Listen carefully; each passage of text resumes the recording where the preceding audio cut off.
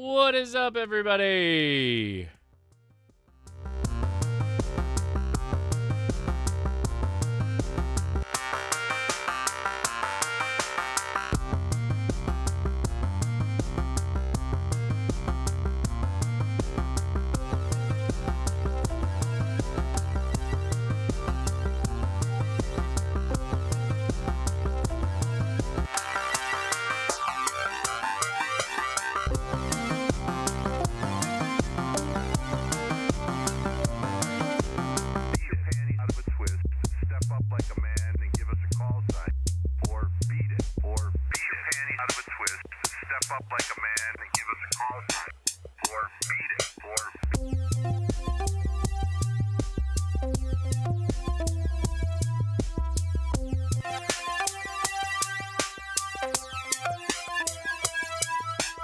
Let's play a game, then give us a call sign, then give us a call sign, or beat it.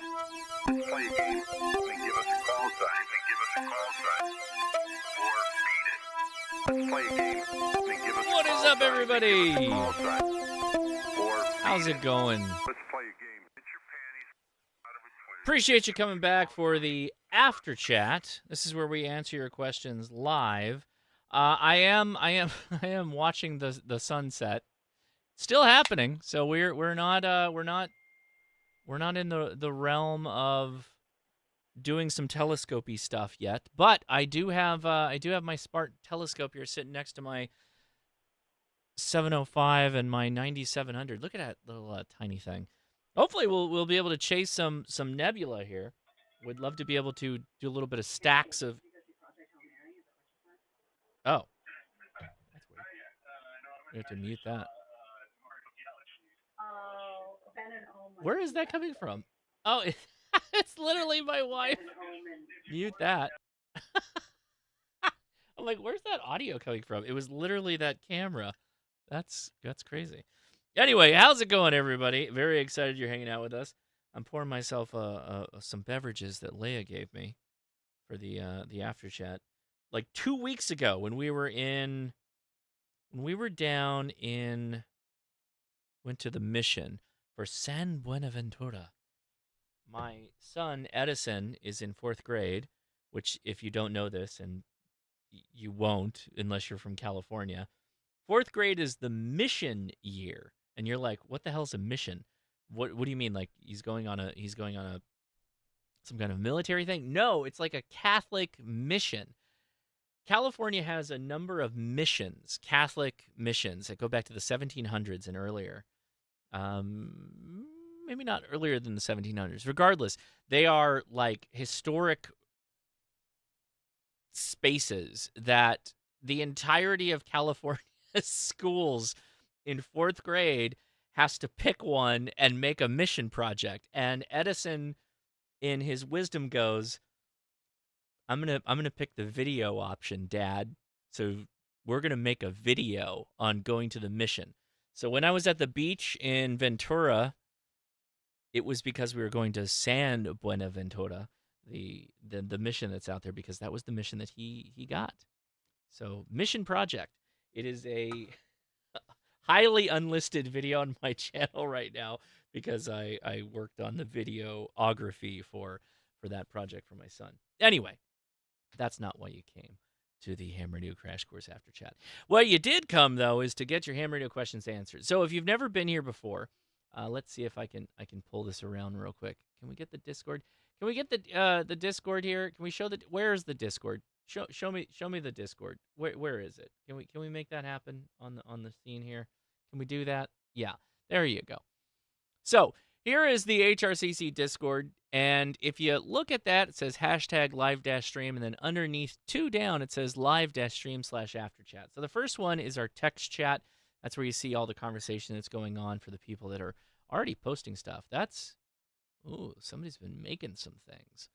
But if you scroll down 2 more, that's the audio chat. If you want to ask us questions, that's the fastest way to do so because we got a room full of really smart people. Actually, it's a very tight-knit group. This is a very, very niche group of people. We're going to have a fun time hanging out with some of our friends here. So let's hop right in and see what's going on over there. and hopefully answer some of your questions. How's it going, everybody? Oh, I can't hear you. Good Lord. How did we get here? Please hold. Is that a good figure? I'm There it sorry is. to interrupt, Josh. Sorry. No, you're that was my bad because my speakers were not correct. So I hear you just fine now. So continue with your question. So I was just saying that the manual for this particular tuner, it's a RT100, it's a remote tuner. It says it tries to get a 1.7 to 1 match as opposed to a 1 to 1 match. Is that okay, or is that, should I aim for an antenna tuner that tries to get a tighter match than that? I mean, anything that's under 2.0, I'm gonna run. If it's under 2 to 1, I'm good. Broadcast from November Charlie Alpha Papa to all. 6. That sounds good. Yeah, I just don't know why Mike was having trouble with them in his videos, but I'll have to wait till a time where he's on chat and ask. Mm-hmm. Was anybody talking about that with them? You want to comment? Go ahead. Well, it was me. Josh, you pretty much answered it. I mean, anything under 2 to 1, you can get wrapped up in the minutia of standing wave, and when you're at a fixed station, and take that opportunity to squeeze as much performance out of it as you can. If this is something where you're out in the field, by the time you get it dialed in, ideal, the day is going to be over, and I wouldn't waste a whole lot of time doing that, and I would run with that 2 to 0 and below. I agree. Well said. Okay, I should have said for context, I'm looking at setting up a base station HF. So yeah, is 1.7 to 1 still okay, as opposed to 1 to 1? Oh, absolutely, yeah. 1.2 to 1 is fine. But you're only talking a few ohms at that point of impedance. No, sorry, 1.7 to 1. Sorry, not 1.2. Sorry, Graham. Oh yeah, well even that 1.7. If you think about your ideal load at 50 ohms of impedance, 2.0 is 100. So you're somewhere between 50 and 100 ohms of impedance is going to be fine. And in modern radios will protect against that if your standing wave is too high. Okay, cool. Thanks for the feedback, guys. I appreciate it. Yeah, so we got a question in the chat, and I'll come back around and I'll take questions from inside the Discord. But yeah, so this is from D Mesa 99. They asked, "Is there a good resource for learning about antennas? I'd like to learn what dB means and such." Well, you can just Google that, like what a dB is, and that'll give you plenty of information there to work on with examples. A decibel, right? It's a unit of measurement. But if you want to learn more about antennas, there's a myriad of books out there. There's a ton of YouTube channels and videos and all that stuff. So it's really going to depend on what you want. The ARRL has the handbook. The ARRL handbook actually has all of that information that you can get. So you might want to try that out, as well as their wire antennas book is really good. A myriad of other ones. But anybody in the Discord chat, do you guys have a recommendation of what material would be good for learning antennas and whatnot? I would say, what are you trying to learn about antennas? How they work in general, their basic operating principles, or do you want to start building them? Would be my question. That is a good question. So I checked all the boxes to turn off my sounds, but I'm still getting sounds. Oh, I see. Enable to test. Incoming chat message is typing. Oh no, I'm gonna leave the is typing. Frequency change. CQ. I'm gonna get rid of some of these for now. I would turn these on if I'm hanging out with myself, but I'm gonna turn them off for the after chat. Good question though, Mark. I agree with you. Josh, I'd also say and I can never pronounce the name. The Rothammel's antenna book. Rothammel. You can say that again. Rothammel. That has not only does it have hundreds of antennas, examples of antennas to build, but it has all the theory and everything in the front side of the book. Yeah.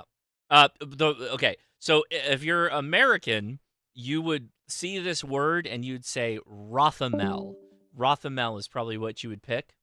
But when I talked to the German linguists who actually converted it from German into English, the title of the book is Rothammel. And you can go back and watch the video that I did with that person, and we talked about the book for some time. That book is thick, and yes, Gray Man, you are totally right. That is the right recommendation, because there's a lot of theory in the front end. There's enough theory that will make your head hurt. Like, seriously. If you take my link in the description at Gigaparts and you search for Rothamel, to the American speaker, or Rothammel, you'll find the book, and yeah, it's there. Excellent recommendation. Excellent recommendation, Gray Man. All right. So I see a ton of my friends in the Discord chat today. So I don't know that we have many newcomers. Is there anybody here on the Discord first time, never been here before, that would like to say hi or ask a question? Come now.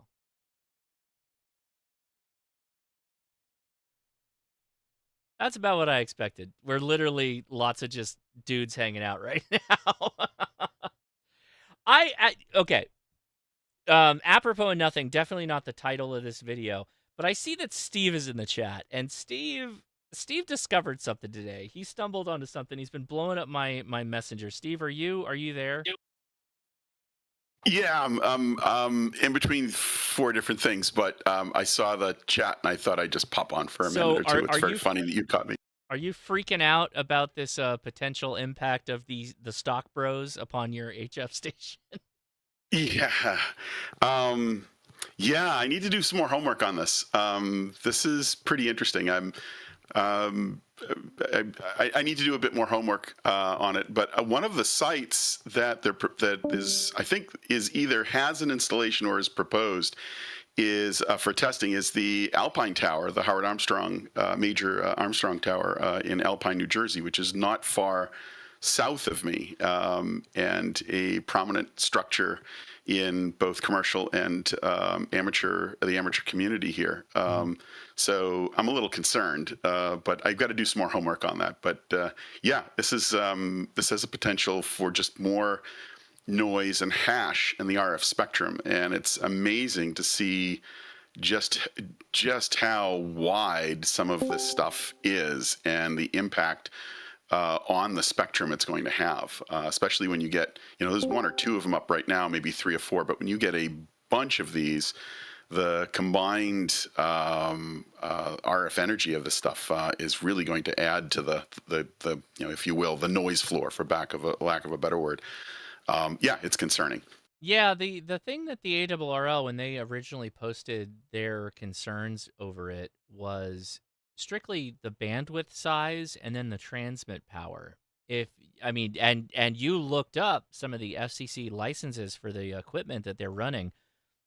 We're talking, in your case, 50,000 watts of output. And how wide is the bandwidth that they're potentially doing? Some of them are experimental. Some of them are almost 100 kilohertz wide, or more. So yeah, it's massive. Crazy wide.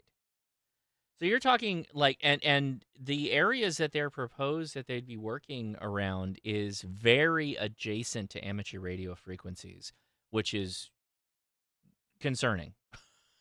Right? I think. Yeah, it is, and there's no single mode. So some of the stuff is orthogonal, so either OK or some flavor of PSK, whether it's 64 QAM, 128 QAM, or some orthogonal mode.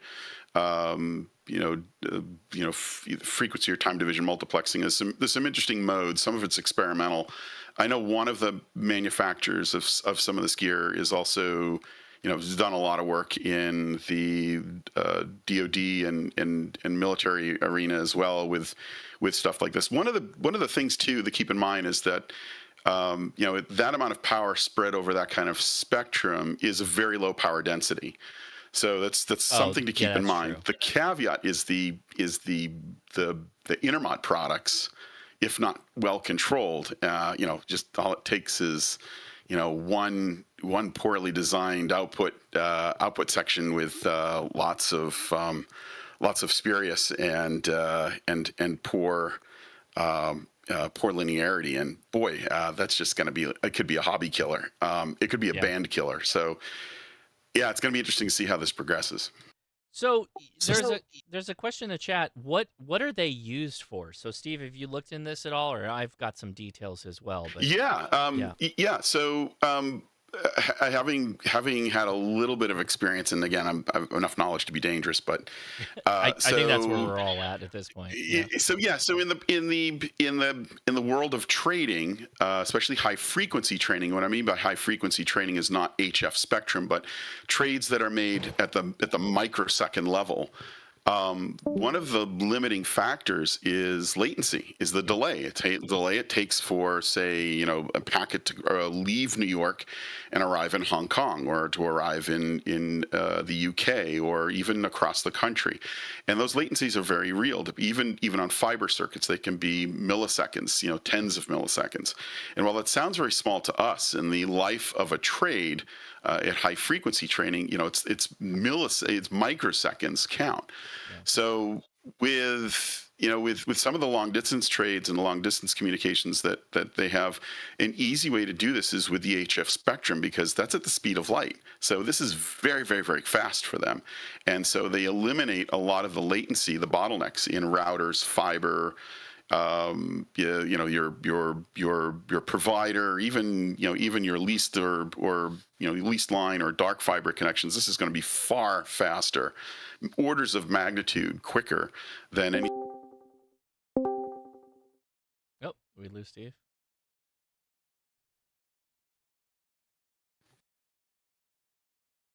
Is that me, or did we lose Steve? Oh, did I drop? Yeah, We're back. you're back. Oh, that's weird. Yeah. So we heard. Yeah. Go back 10 seconds. Oh, okay. So yeah, I mean, basically, what it's doing is it's eliminating a lot of the latencies that you would get on a terrestrial fiber circuit or for terrestrial Ethernet circuit, and the trading over HF. This is near instantaneous. It's basically the propagation delay from the East Coast to the West Coast, or from the East Coast to wherever in Europe, or wherever, or the Asian Pacific Rim, or wherever the trades are happening. So you can do one to many and do a lot of broadcasts that way, and it's very, very, very quick. It's lightning fast, and this is like the newfound way to do this. And with the advent of some of these modems that can leverage super high speed data at HF, there's some interesting encryption methods here. I think this is going to be more the norm. Yeah, I'm curious as well. Like, if they see success with this, and that was the point of this petition. Yeah, you got to keep in mind when they open up a new area for someone to use a space, like within the FCC or the IARU or any of the other international groups. It's usually to test something out, and it's on us to respond when we're affected by it.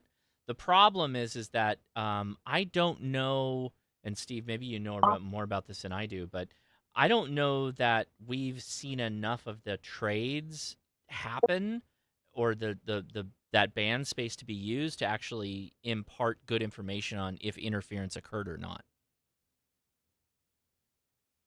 Yeah, I think that's remains to be seen. I mean, you can model this, and I think I think I don't think there's enough activity right now to make an accurate measurement. This is kind of like, they did the same thing with, I don't know if everybody remembers BPL, but broadband over power lines, that was something that came and thankfully went very, very quickly, and we were able to prove the interference to it. I think, unfortunately, this is something that we may not be able to prove right off until it's actually in full effect, and by then it may be, or in full deployment, and then it may be too late, where this becomes, a number of providers filling that spectrum, and all of the spurious and harmonic content ends up spilling over into the bottom half or top half of 40 meters, and some of the other bands are even 20 meters.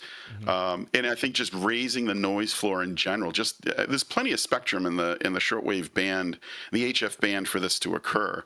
I think it just needs to. I'm worried that there's a rush to market, if you will, and that it's not very well thought out. So I think there needs to be a bit more homework done on this before this takes a deployment the way they want to do it.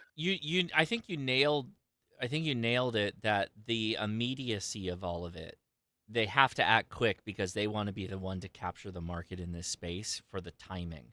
And literally it is down to the milliseconds that we're talking about. Millisecond trade response is what Steve's talking about. And the first that can capitalize on this are going to be the ones that can profit the most. And so that's why they were so rushed to the market. Who said money grab? Dennis. Yeah, you're totally right. It's literally a stock trader money grab. Is if they can average. It's not even, to be honest with you, it's not even if they can achieve what they think they can achieve. It's that they are going to claim that they can achieve what they're going to achieve, right? And they're going to wring that towel out until they can give it a good go, if you will. Hey, Steve, what's the cost of some of this transceiver equipment? Boy, a lot. I bet a lot. A lot. Yeah. 50K. I think. 50, yeah. I don't watts? think. Yeah, I don't think money is I hate to say cost is no object, but I think at the returns that you are going to be, that some of these companies will be making on it, I don't think they're even blinking at some of the costs on this. So it's got to be worth, the juice has got to be worth the squeeze in yeah, America, right? So if you look at it, you're roughly about 50 miles for every time that they've got to regenerate a fiber optic signal. And each one of those things, and you had mentioned, each time it regenerates, that creates latency. The travel time creates latency. The glass itself, right? Creates. It's called insertion loss. The insertion loss of all the steps, all the things they have to pass through. Yes. So yes, over time, they could speed this up. I guess the question is the cost of running this operation? Are they going to be able to financially justify it for the microseconds? I mean, it's in theory, it's a great thing. But also if they're looking at 40 meters, I mean, how? Oh, they're looking at more than 40. They're higher frequency than that. I think it's drastic. It's like around 15 and 12 is kind of where they're at. Yeah, there's the concerning one was 40 because we're sandwiched, right? I mean, there's was it 6 point? I mean, I may get this wrong, but I think it's 6.7 to almost 7 meg. So it's like right below. It's literally right. It's adjacent to the 40 meter side, to the 40 lower part of 40 meters, and then it's a little bit above 40 meters. It's not so much the spillover, if you will, or the side, any of the any of the spurious that's going to be immediate adjacent channel, but it's the effect that it's going to have on the spectrum in that area, and that it's just going to end up raising a lot of the noise floor. It's all cumulative noise. So at some point, and some of this stuff is so broadband, and yeah, it is absolutely worth that squeeze for them. I mean, I think the amount of money that they're going to make in some of those trades is just insane. Definitely cost effective. So, as ham, should we all write to the ITU to try and stop this, or what's the best course of action to prevent it? You're organizing groups, so you should reach out to them. And actually, before you reach out, look into what they've already said about it. The ARRL, for instance, has talked a lot about this. This is a big issue. So much so, I will mention that NBC News reached out to me about this. And I likely will be meeting up with them in the future to break down some of what this is. And they've already talked to the ARRL as well. And I won't go into the details of it because I think it's a good story that they're working on. But you gotta understand that I don't care at the end of the day how much power you use and how wide your bandwidth is, so long as you don't disrupt your neighbors.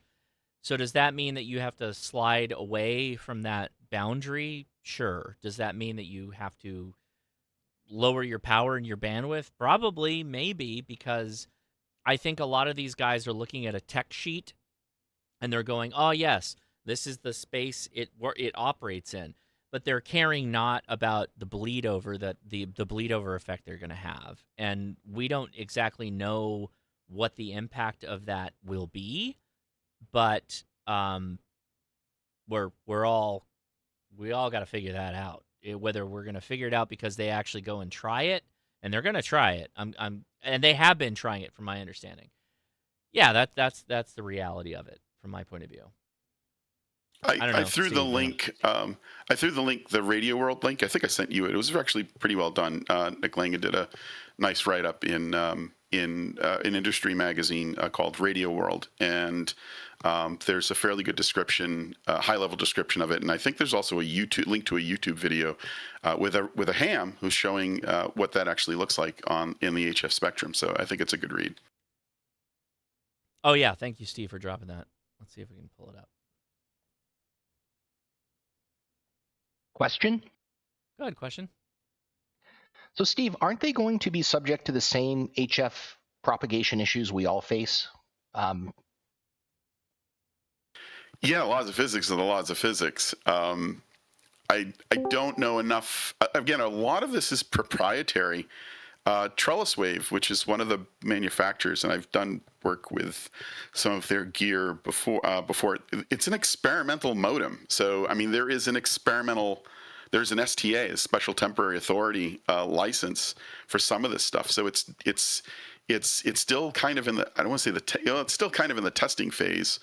But there are emission designators out there that are, some of them start with 48 and 96 and 96 kilohertz. I mean, that's insane. So, it's not often that you find commercial modems of this caliber and this sophistication with those kind of bandwidths. And it's funny because even some of the military stuff, the INEs, the network encryptors,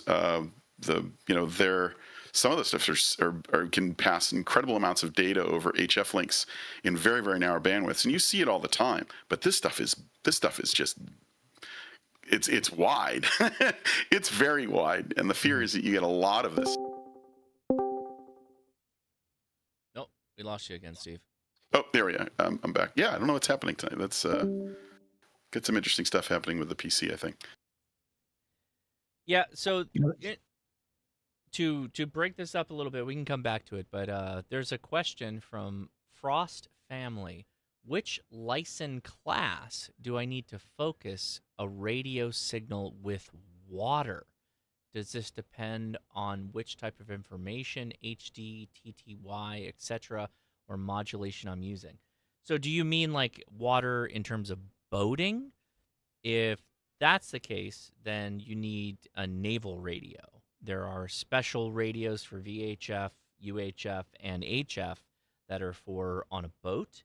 But the way that you were talking about modulation makes me think that maybe you're ship to shore or something like that. You're going to have to reply to your chat there so we can reply to you appropriately. But yeah, I don't know that I got that. I don't know that I got that one right. We'll see what happens. Let's see. Go ahead, Grayman. What are you going to say? So I was just looking at that article that Steve posted, and one interesting thing that kind of sounds good is that the Coast Guard has some reservations about this. Oh, yeah, good point. Yes, I forgot to mention that. Yeah, Coast Guard's going to be pissed. Yeah, the Coast Guard is pissed. It's exactly right. The Coast Guard is pissed. Yeah, there's. Yeah. But go ahead, Josh. I'm sorry. Oh, I was waiting for you. Go for it. Oh, something that was interesting. I was observing a Mars. I think it was a MarsNet that was happening in that spectrum, and what I'm fairly certain was one of these trading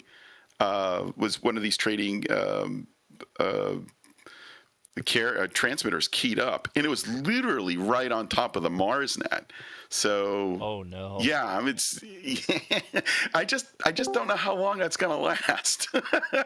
So we'll have to see how that goes. But it was in the 6.7 to 7 meg band. I mean, it was around 6.88 or 6.89 or so, and it was right in there. And boy, that thing turned on, and it was 35, 40 kilohertz wide, and it just wiped out everything. I mean, it was gone. It was just might have to draw a box around it and take it out. So there was an interesting conversation when I was talking to the folks at NBC when I mentioned, there's a reason why we all have call signs. And sure, the military might not use call signs that we all know how to communicate with or whatever. But if you're in a commercial space or an amateur space, you're supposed to use a call sign so that someone could hypothetically find out who you are and be able to reach out to you and say, hey, you are messing me up badly.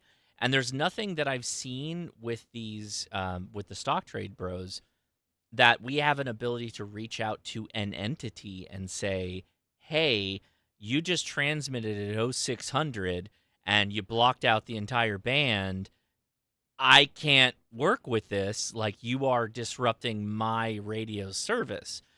Again, going back to, I'm fine with you utilizing the privileges that you have. Take that up with the people that are in the same primary and secondary user of the privileges and spaces you live in. But you can't disrupt other people. And that's the big concern, is that I don't know that we can actually contact any of these people. When they start tuning up and doing what they're doing, we got no way to be able to reach out to them and be like, hey, guys, you're stepping on everybody, like all over the place, and way wider than we think you are. Am I wrong, or like what do you think about that, Steve? No, I don't know that it's actually a requirement in that band for that mode for that license type, which is interesting. There's no unencrypted. Right now, from what I've observed, there's no unencrypted identifier. If there is any metadata that describes the entity that's transmitting, and again, some of the stuff is frequency hopping. Some of the stuff they change frequencies periodically. It'll key up for 5 or 10 minutes on one frequency and then hop 300, 400 kCOA or even to another band almost instantaneously. And then come back, and it doesn't happen all the time. It's very random. It's ad hoc. It's as needed. So there's no ID or identifier that you can easily see without decoding, I and Q or having some type of decoder for that. Yeah. Question? Yeah, go for it. We have jammers in our own space. What's to keep somebody from gaming, once the guys get this high speeding system set up, what's to keep somebody from just jamming that signal and taking advantage of it, the trade themselves? If we're talking big money. Roth with, that, boy, you're looking at, that is almost like commerce espionage at some point, right? If you know what their frequency hopping rate is, like if you listen long enough and you use that to like jam their trades so that you can trade faster, that is all on the table. That is, Mark, that is, you're thinking that's 4D chess, right?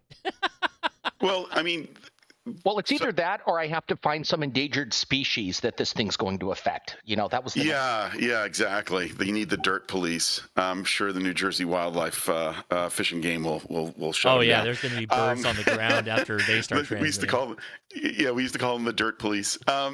So one of the the advantages, one of the things about OFDM, and some of these are orthogonal frequency division multiplexed signals, is that in an OFDM signal, what you do is you take a very high-speed data stream, and you can, in DSP, break that up into very small individual channels. And this is how the terrestrial network works for like a Sirius XM, a Sirius or XM receiver. So the terrestrial network, the OFDM signal that is not the satellite side, which is TDM. The terrestrial side is something called OFDM, and without getting too deep into the weeds on how OFDM works, but one of the advantages is that because the data is broken up into these parallel slow speed individual, say 200 bit per second, thousands of carriers over this very narrow bandwidth, and you can do this with the advent of DSP processing,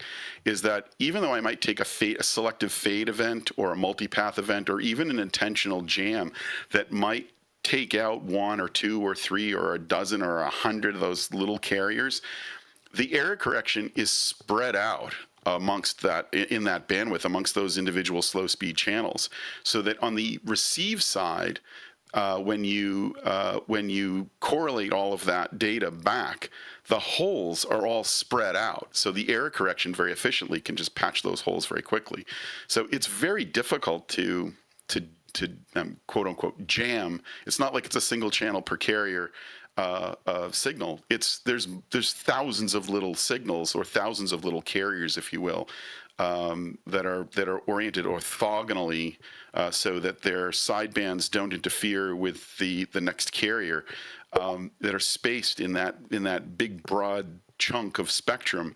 And the reason why it needs to be very broad is that the lower you go in frequency, you need to spread those out further. At microwave frequencies, you can make that very, very compact. You can fit thousands of carriers in a 4 megahertz wide space. At HF, to do the same, you need lots of space to do it, and that's why they have a few hundred kilohertz here to do that, and there are much fewer carriers. But what you do is you're decorrelating the noise or decorrelating the errors as you correlate data. That's one of the reasons why spread spectrum works the way it does. So jamming it is, unless mine's bigger than yours, and you have a suitable waveform which is more destructive than the intended signal, it's going to be very difficult to do that. Well, couldn't I just, for example, record the IQ over that spectrum, which is pretty trivial with today's SDRs, and get closer to the receiver, and then just do a replay attack? Who knows? I mean, some of those systems, no. A replay is, it's not as simple as that. A really loud replay. Josh comes from that world too, so that's so the data. No. Remember, at the other end, they're decoding the data correctly, and so there's checksums and all kinds of other forward error correcting, I'm assuming, that they're using, so that even that you're faster, they do slow it down in the sense to check for data correction, and in that sense, it's probably right. fine. But I don't have to get a good message through, right? Especially if you assume that there's some level of nonce, numbers only used once in the encryption scheme. It's not going to see it as a good message, but would it be enough to destroy, again, long enough to buy me a few milliseconds back, so then I could make that trade?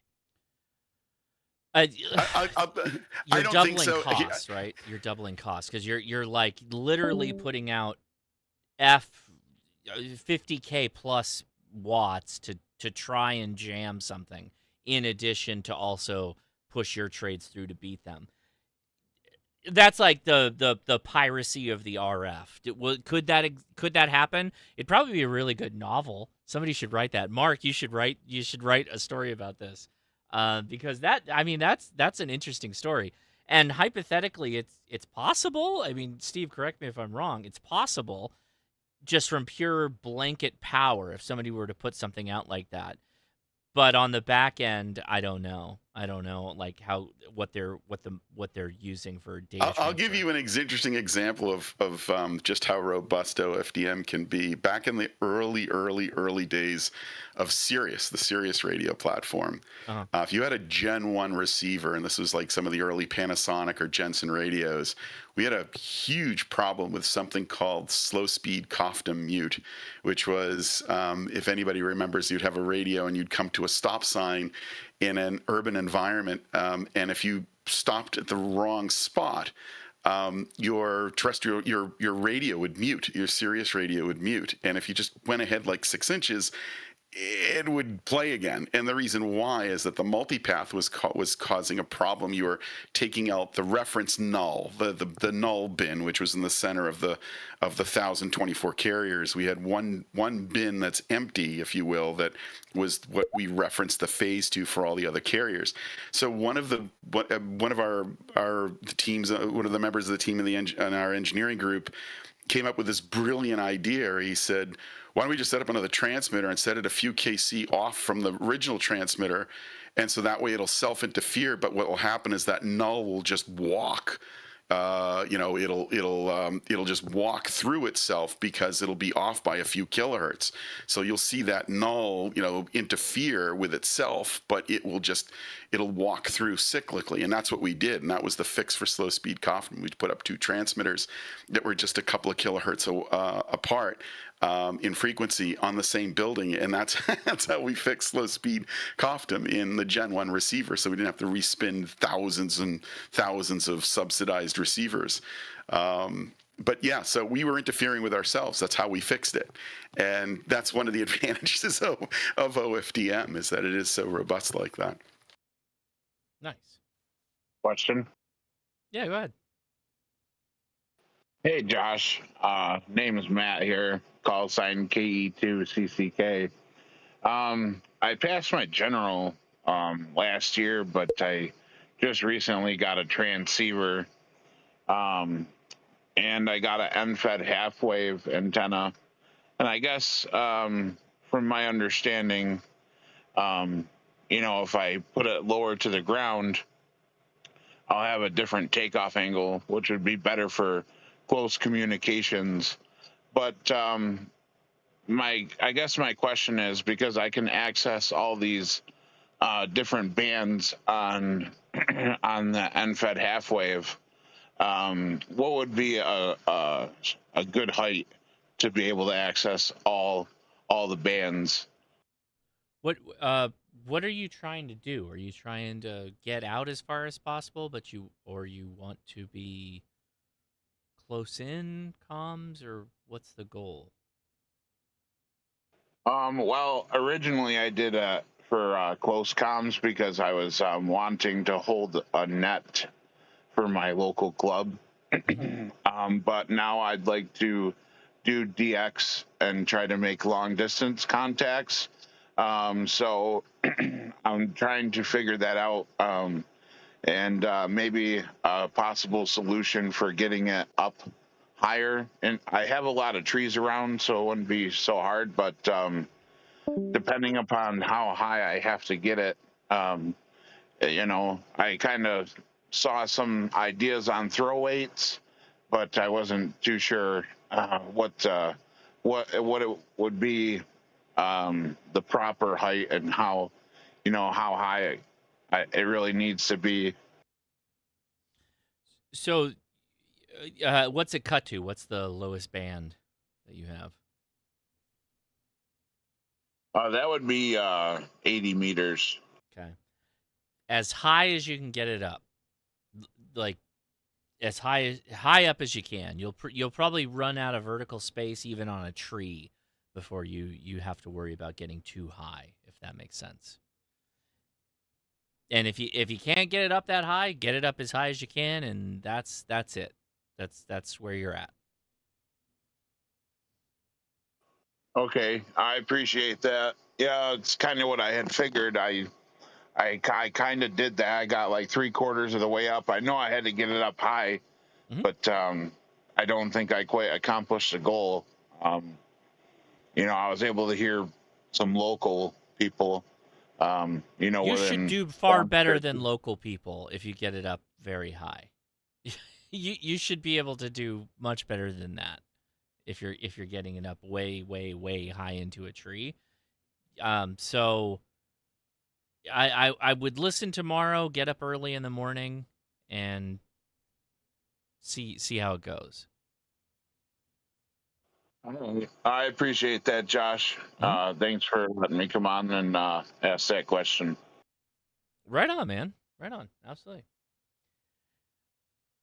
All right, so we are at the bewitching hour here of where the sun is down, and I can break out my dwarf telescope. So here's my backpacking telescope. I'm gonna pop it up, and I'm gonna take the ND filter off of it.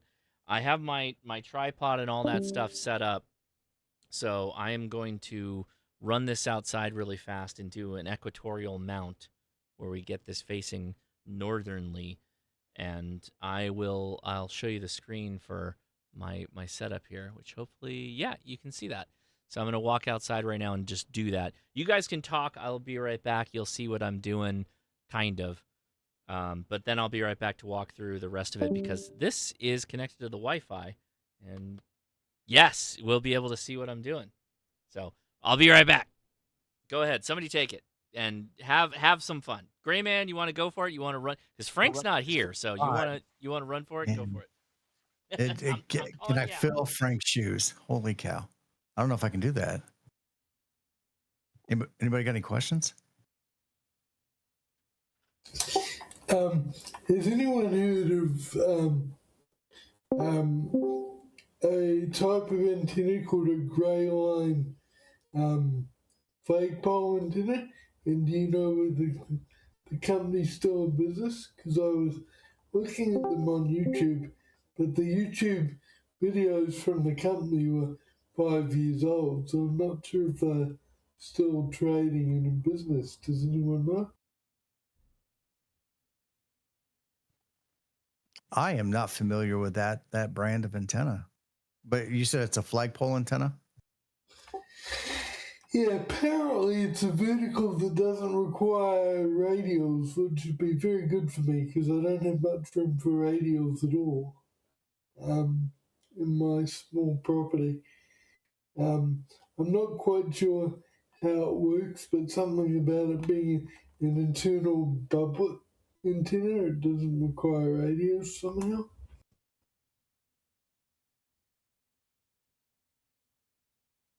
I'll send the link in the website that I found in the chat, and if anyone knows whether they're still in business, that'd be good. Or if anyone's had experience with the antenna and knows how good it is, that would be good as well. Well, it looks like Gray Line performance.com is still an active website, and they look like they make flagpole antennas.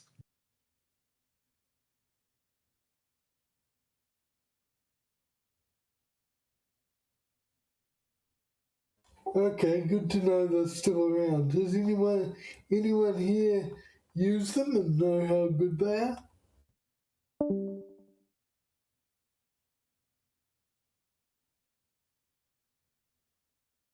I think we're kind of on a skeleton crew right now. I don't know if you might be able to wait till next week. We might have a bigger crew you might get someone.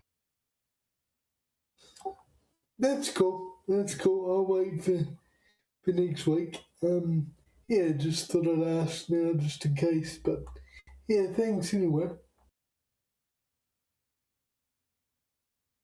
Yeah, the operator that had the question about the end-fed half wave and getting it up higher and trying to reach out for longer DX.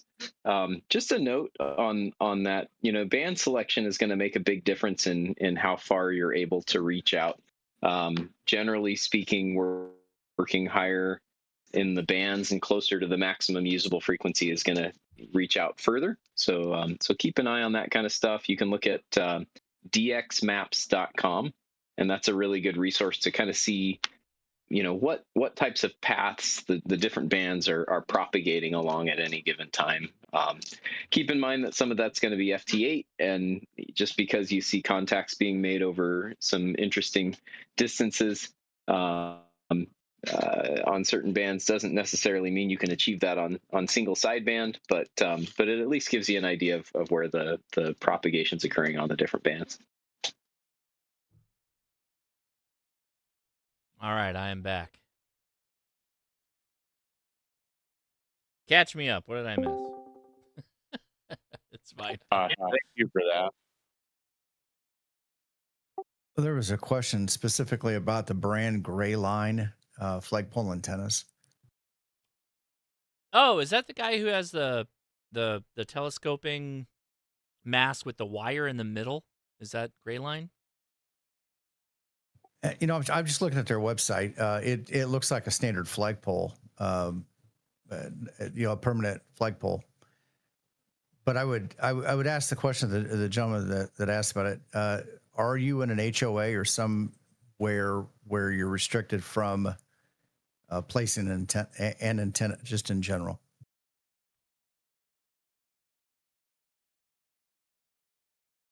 Yeah, hi again. My section, basically, I share. I live on a place where I share the driveway, and I've got a very, very limited space. Where not even a proper lawn. So the problem is that I don't have enough room for decent radios for most vertical antennas. But apparently, I saw a video of this type of antenna from the manufacturer. For some reason, because of the bubblet, he was saying you don't need. He's got a bubblet inside the flagpole tube, and he was saying because of the bubblet you don't need any radials. But the video he was making was 5 years old, so I wasn't sure whether they were still in business or not. And I was asking, because most vertical antennas have their radials, I was asking whether anyone here's actually used those antennas and how good or bad they were. Do you even know if they ship to New Zealand? Not sure. That's another thing I'd have to ask. I'm hoping that everyone will switch shipped anywhere if I'm willing to pay the right price, right? But yeah, I'm unfortunately running out of options because so many antennas I find need such a big space for radials that I just don't have. The other thing I thought of is if that option doesn't work, because I have an iron roof, could I theoretically put a screwdriver tie heel on the roof, even though it's meant to use a car, and I use the car as a ground plane normally, because my roof is iron, could it just use my roof as a ground plane without needing any radials?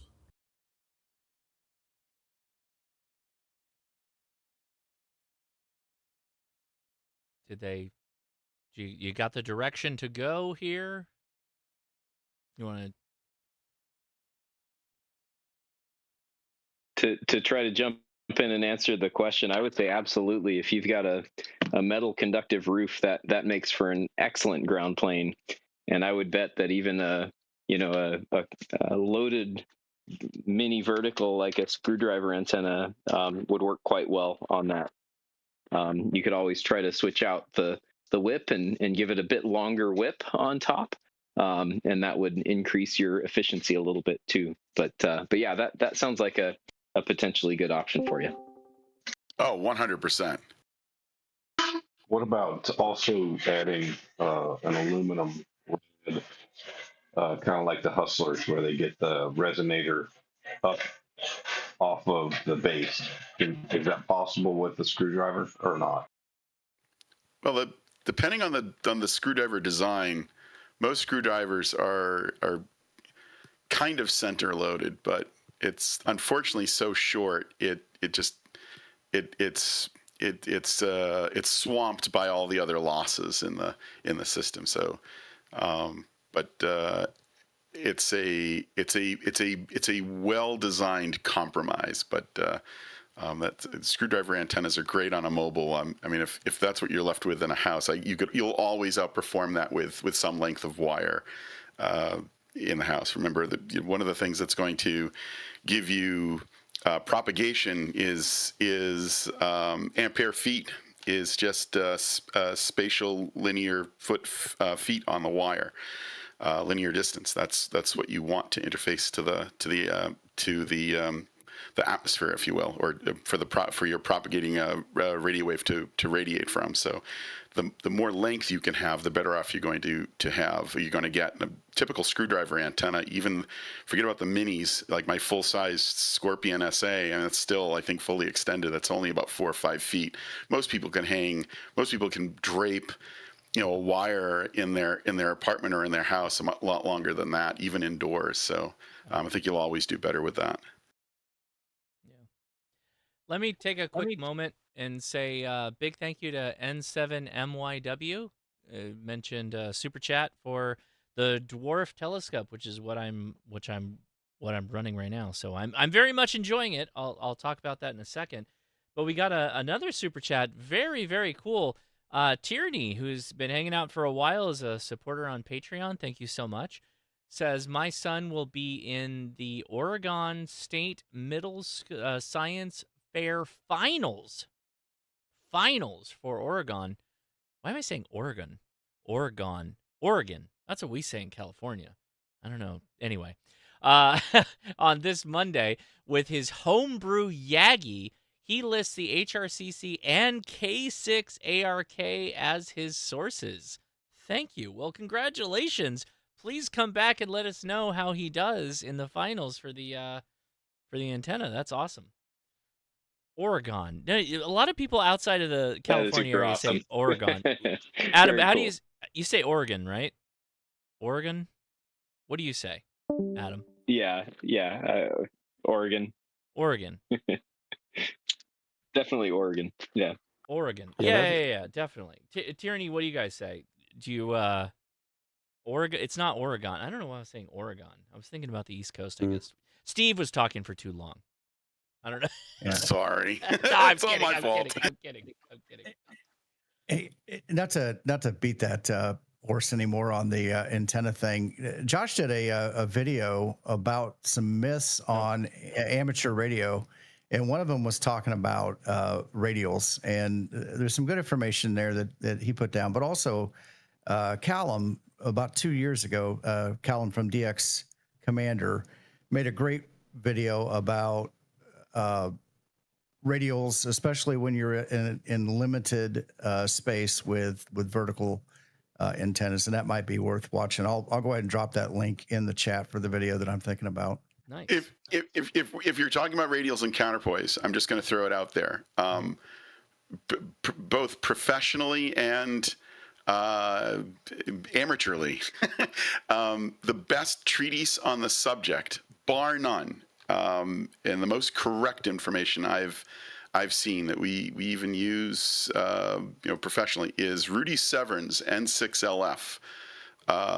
Has an entire library of research and articles that he's done for various professional and amateur magazines on every type of counterpoise you can possibly imagine. All of the procedures, the math, the testing, the graphs, everything. And a lot of his stuff also appears in the ARRL handbooks, the antenna handbook.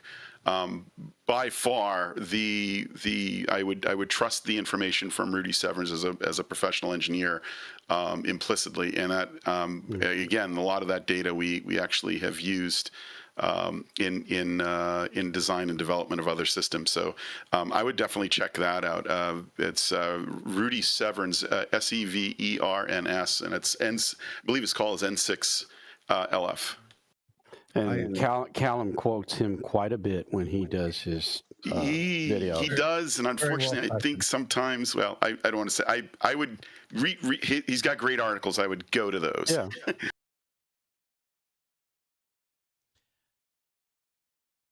All right. I'm going to I have my antenna, geez. My telescope is sitting outside right now. Somebody asked me what my Borla number is.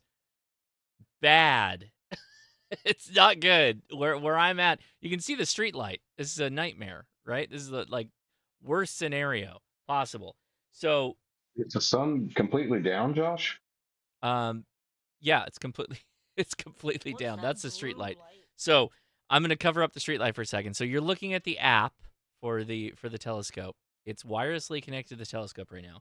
So if I click the Atlas button, it'll show me what's in space around me, and I can dial it way back to above the horizon. And so I'm going to click the little magnifying glass, and it'll show me what is out there. I would love to be able to show you something like Orion and or Andromeda because they're so bright and big, but at best, we could do the Christmas tree. The Christmas tree. Steve, what's like the biggest of the nebula I'm showing right now? Like, what's the biggest and brightest? That's the one I want to pick on.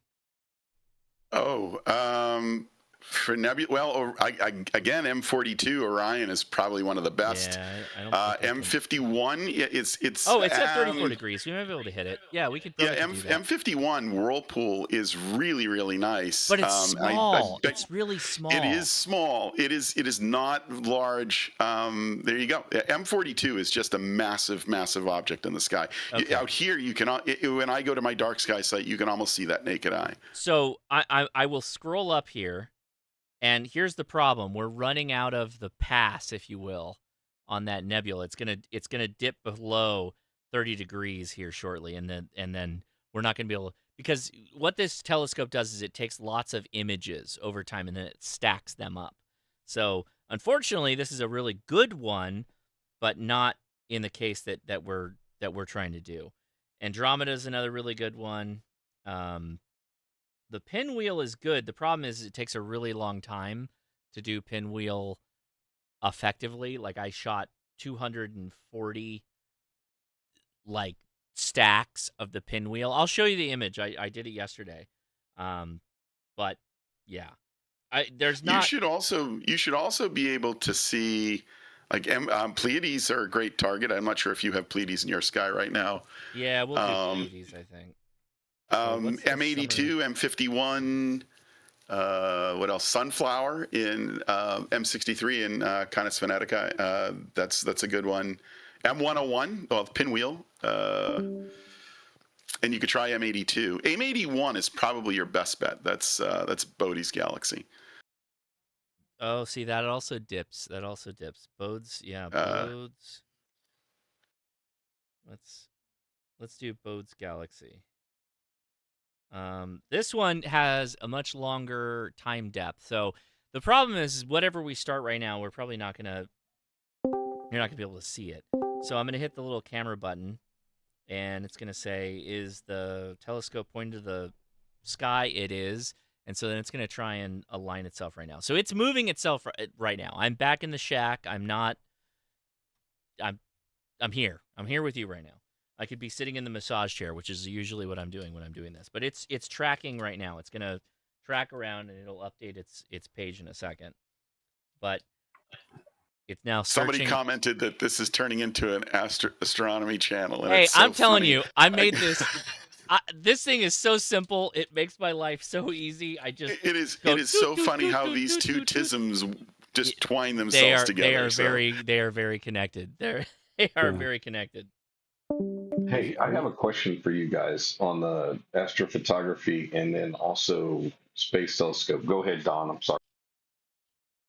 Oh, well, I was just going to ask, are you connected to that wirelessly or wired? Wirelessly. It's all, well, I have a USB-C battery connected to it. Not that it needs it for the stack that we would potentially do, but yes, it's fully wireless. Well, for me to get away from my, light source or whatever that's called, I can't remember now, but I would need to go out 200 to 400 feet away from my house, and I don't know if I could pick it up from a wireless link like this. Oh, you wouldn't need to do that from your from your location, your darkness is way better than mine. Again, there's a street light and a car in the background with their light. Everything you're seeing is literally the front yard, and you can already start to see the galaxy coming out there. Like it's right there. You can see it. It's that little dot in the middle. So what I'm gonna do is I'm gonna check my focus. So I'm gonna click focus and then do an autofocus real fast. So it's gonna shuttle around, but it's tracking right now. It's tracking the whole thing right now. One of the advantages of what you're doing, Josh, and especially with what we used to call image assisted astronomy, is that you don't have to have skies that are SQM 21 or Bortle 1 skies. You can do this from a suburban sky or even from the middle of New York City.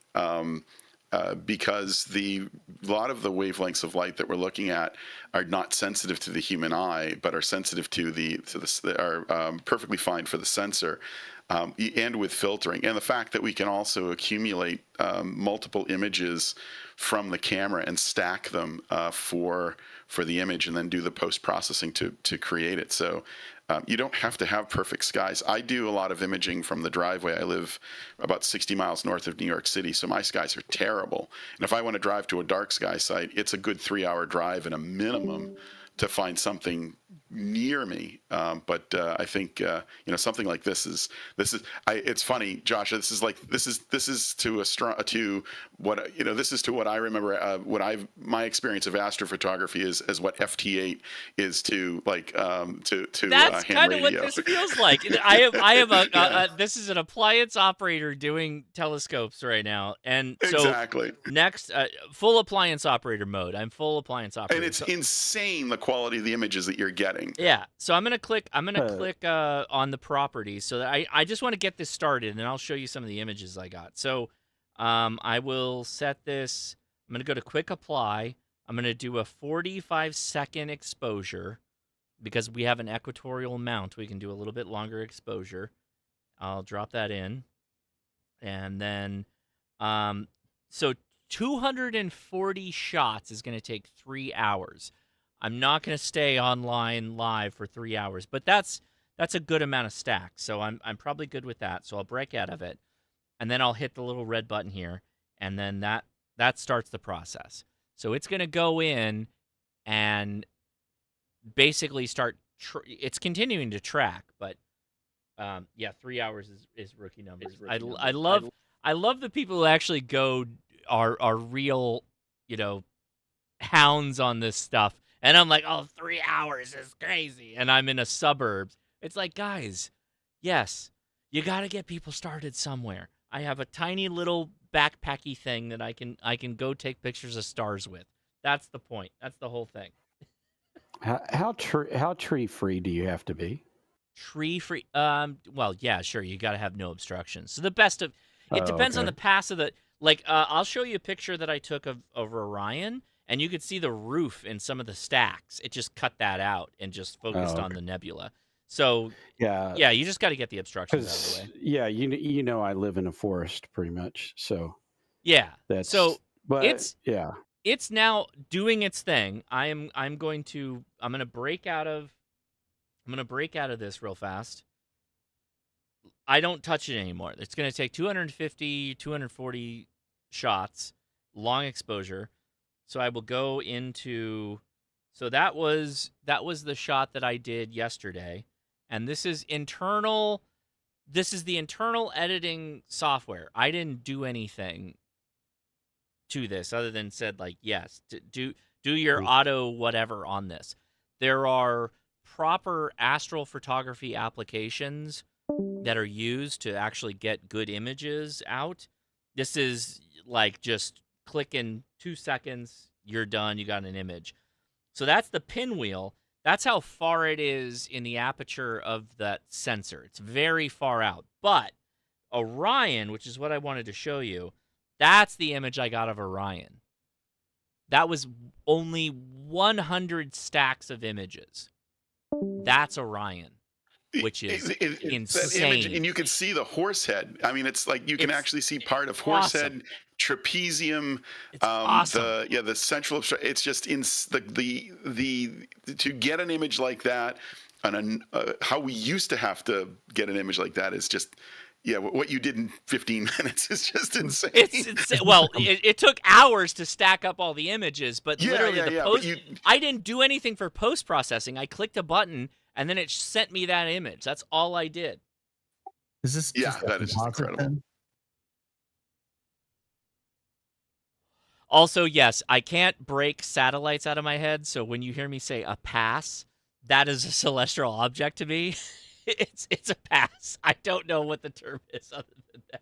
Well, it's visible. You have so when I take the scope out, the like the 24-inch, if we're going to do a night of imaging or a night of viewing, or even if I take the 12-inch out, we used to use there's software out there for doing planning, and what you would do is it will tell you during the hours of X and Y what images, what objects are above your field of view for your lat and long, and for how long you're going to have them in the sky quality, et cetera, et cetera. So you could plan the number of shots, and a lot of astrophotography is done over days and not instantaneous. So you can take that image is not going to change between now and Thursday. It's been like that for the past million years. So the light from many of those objects it hasn't reached your eyeballs for probably some of those objects since for close to the edge of the universe. So it's we would take multiple thousands and thousands of images, but the fact that you're able to get that in even a few hours on a single night is just that's fantastic. So, for example, the post pro is incredible. This is the application running the stacks. I'm at 2 stacks, and it's showing the nebula, and you can see the roof line on the wide angle. So the camera, that little telescope has a wide angle and a telephoto, and it is showing you the wide angle. You can see the roof in the sideline, and it's seeing the nebula in the telephoto. But then if I go back here, this was setting it up. Let's see, slide over. This is as it starts stacking. So that's 6 images. And then ultimately, like after 150, you start to get to that. That's the raw kind of unprocessed. And that's the final within the app. So that was all done within app. The link is in the description. I will say that yes, this is an affiliate code. I'm very happy with the results I'm getting out of this, and it fits in a backpack. So if you go back in my channel, I literally backpacked this out into the field with the kids and the scouts, and it was great. It's even better because you're going out in the middle of nowhere. So I took my ham radio and I was doing CW and single sideband, and then brought this, and that's the images that you get out of it. That was the image I got out of my front yard, by the way. It would have been even better if I had access to Andromeda or Orion when I was out there, but I did not. That's why I couldn't get an image like this. But this is in my front yard. The same front yard that I was showing just a second ago with the lights and all that. That's the image I got out of it. So, yeah, it's pretty crazy.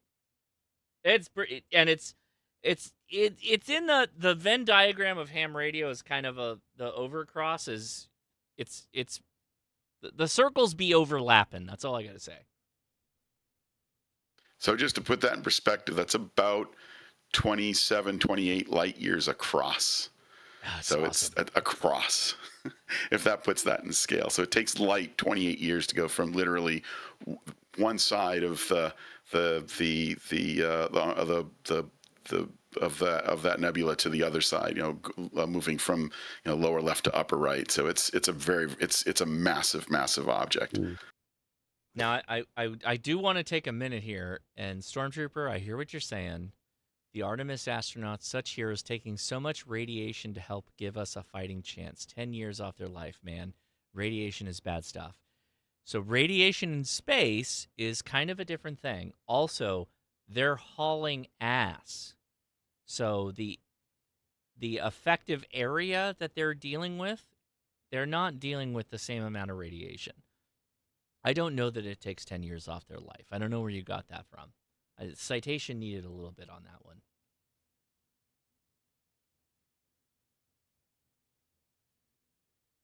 All right. Okay, There you go. Josh, question. Yes. Go ahead. Question. Radio telegraphy. And since Steve, you can go at this too. So there was a lady that got on, and she's a PhD in physics, and she put out a 15-meter uh, long wire, for lack of a better, may have been a cross. I can't even remember her setup. But why would NASA provide a 15-meter for radio telegraphy instead of some other band? Is there To you the astronauts? No. So there was a lady doing a YouTube video, and she sent off to NASA, and she did a couple of 3 videos of setting this thing up, and they provide, with some money involved, a 15-meter antenna. Why would they choose 15 meters instead of something else? Oh, Well, Do you have any? because it's telegraphy. They just want them to practice Morse code. Am I? I No, think what you're saying is that it was a 15-meter antenna, a 15-meter dish. 15-meter antenna. No, well, it Oh, wasn't a a dish, but there's dish. A wires. dish. But Okay, that's a I totally think it different was a animal. dish. set up in an X, I believe, maybe, and it didn't look like anything you'd use for ham radio. But why did they choose 15 meters? What's the? Well, a 15-meter dish is not the same thing as 15 meters for like the HF band, if that makes sense. Did you catch my drift on that one? What I'm saying? Yes, but how do they pick what spectrum of the bands to even look at? It's the radio that's on the space vehicle, I'm assuming. Well, Yeah. no, they're on the ground. This lady's doing this experiment on the ground, and NASA provided the antenna, but she kept using 15 meters as A dish, though. the She's talking about a reference. dish, a 15-meter Well, no, dish. they're using she's using wires. Oh. So NASA provided the wire Can you send me the setup. link? Drop the link in the Discord. Let's go check it out. Okay, it'll take me a minute. I'll go find it. Yeah. I'm curious now. But is it so you kept saying telegraphy, it's for her to learn CW? She's learning Morse code? No. I'm sorry. Is this the telemetry? Are you talking about the telemetry for Artemis? Negative. Okay. What she was trying to do is look at the space through a radio telescope, if you will. So it's a 15 meters radio Telescope. Basically, radio telescope. Yeah. Well, drop the link and let's look at it, because I don't know. We're gonna have to hear it live.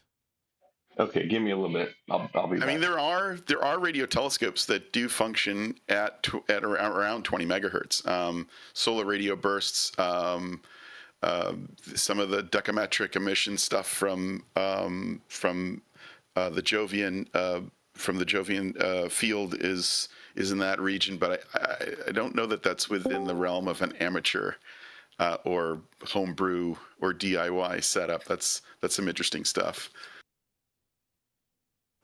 Well, yeah, but didn't he say it was provided by NASA? So that wouldn't be. Yeah, I hear 15 meters, and I immediately go to, that's a 15-meter antenna, and it's generally parabolic. That makes sense. Yeah, and I hear 15 meters, and I'm thinking that's the size of it, not the wavelength. Correct. In fact, NASA had pre-launch, and NASA had sponsored or was giving. I don't want to say grant money, but there was they wanted to do an experiment with the telemetry reception from Artemis. In fact, Rolla and I talked about it, and I was trying to rally some support with a former employer to try and get some interest in using some antennas that I had previously been involved with and modifying them for the telemetry, S-band telemetry. But unfortunately, that fell on deaf ears. But I'm wondering if that's the article that he's talking about. I know NASA was sponsoring that because they wanted to collect. They were actually looking to collect telemetry during during TLI for S-band to see what what could be received and have a larger sample size. So I don't know, that might, I'm only speculating. I'm not sure. Be interesting to see what this is. Yeah, I'm kind of curious. So I will throw back to the shot here. We're getting more stacks. Keep in mind that like this is 13 of 240. So you let it run the whole time, and then you just use the in-app processing. Now, Steve can talk a little bit more about this because he's deeply more involved in all of this than I am. But there are a number of free applications you can use that will take the stacks and allow you to edit them. And that's where you get the really good images. The images that I was showing was just me fooling around with the in-app stuff. So like Cyril, Steve, is that the right? Cyril. Yeah. But there you go. All right. Yeah, there's a ton of open source and free stacking and calibration packages, especially in the Linux domain. That's popular, and on the Raspberry Pi platform. So there's like K-Stars and ECOS, which was for Linux and Mac, and I think there's also a Windows distribution. Stellarium is a great planetary app that actually drive a lot of platform-based devices. I mean, there's a standard for that. There's an open standard for that. Cyril, Deep Sky Stacker, Auto Stacker. You know, there's a GIMP. Registax is the old man of the bunch. Astro Sharp, Astro Cap. There's hundreds. If you Google, you'll get a list that must be at least a mile long on those. That's awesome. I gotta say, this is like one of those scary, like I'm looking at the void and the void is looking back at me right now kind of thing. And I am justifying it in the sense that I fit this in a backpack. I literally, it fits in a carry-all little padded case that I got off of Amazon that's like this big. I backpacked 7 miles out with the scouts and set it up, and I took some pretty bad shots. I'm not showing them right now because there was nothing really as good as what we have right now. But I love the fact that I can just carry it everywhere. Everywhere I go, you go into a dark area and you set it up and you're like, oh, there you go. I'm taking pictures. I'm not going to pretend this is good astrophotography, but it's amazing what you can do right now. It's way better than you would expect, I think. So yeah, that's kind of the way I look at it.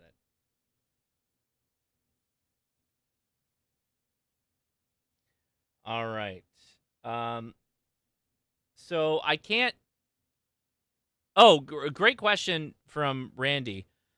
How does this scope compare to the C-Star? So if you're in the market for some kind of scope like this, there's actually a number of bigger scopes.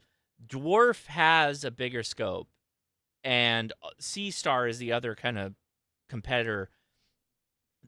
So basically, Randy, what I would say is the bigger one you can get is the best one you can get.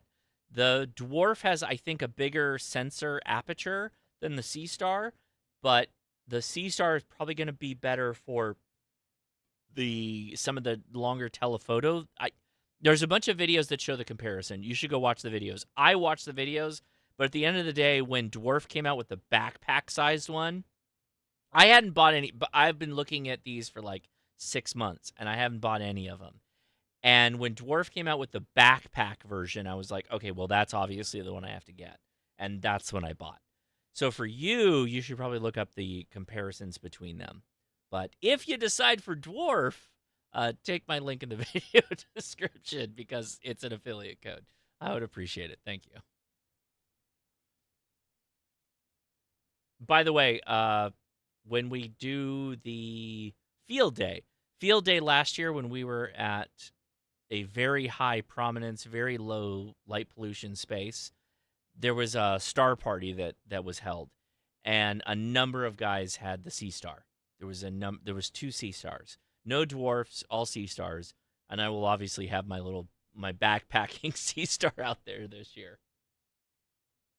So Josh, what would be very cool, and I've done this a couple of times, is back when I was doing aided astronomy with CCD closed circuit TV, modified closed circuit TV cameras. Is I had a laptop and a video capture card, and we were doing slow scan right from the laptop. From the Nice. telescope. Yeah, so you got to, if you do that, you've got to take this and do some slow scan with it. What does that mean? What do you mean? Do slow scan from it? What do you like? Oh yeah, you'd capture the image, you do make your title, and you and then and send it. Send it. Yeah. Oh, that's a really good idea. I can do that. I can definitely do that. Yes. Yeah. I can definitely do that.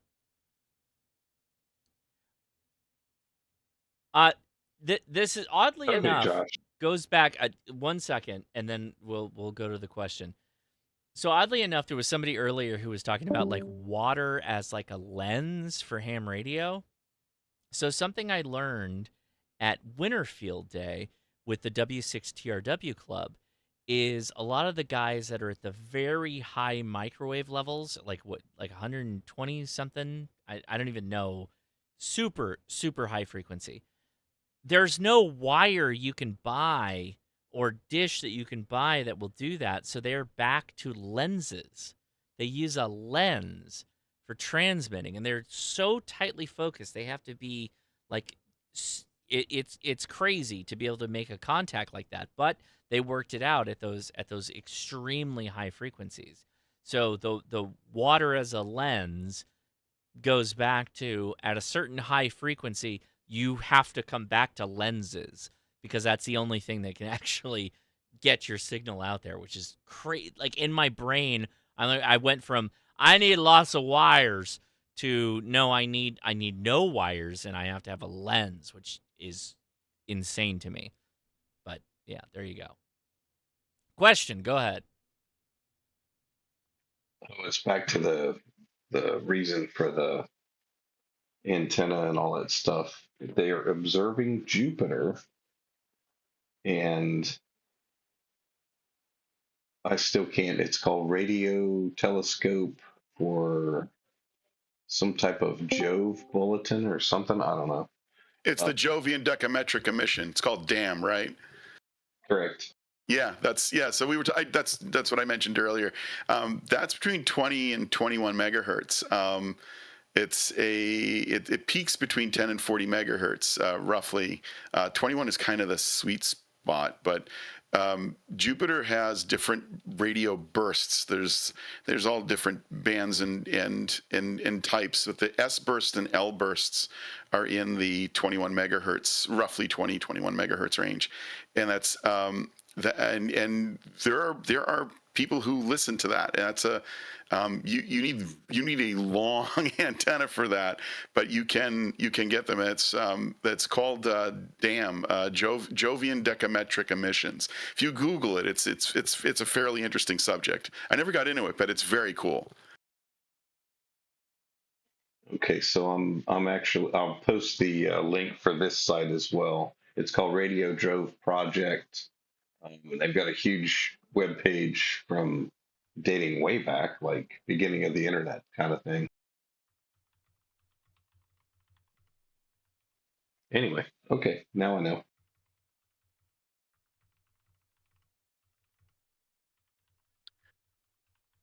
All right, I'm setting a broadcast right now.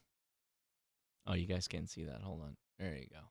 Setting a broadcast. I have the BBS set up correctly now, so those that actually hear me, you will be able to BBS my files. And yes, they are all radio educational files. Because if you go back long enough on some of my live streams that I did last year, I talked about an off-grid library system using like Wikipedia and a number of other things, and some of the collection is radio files, and so I've added that to my BBS right now. So it is there. You can go get those right now. And I spelled the wrong, so there you go with my new keyboard.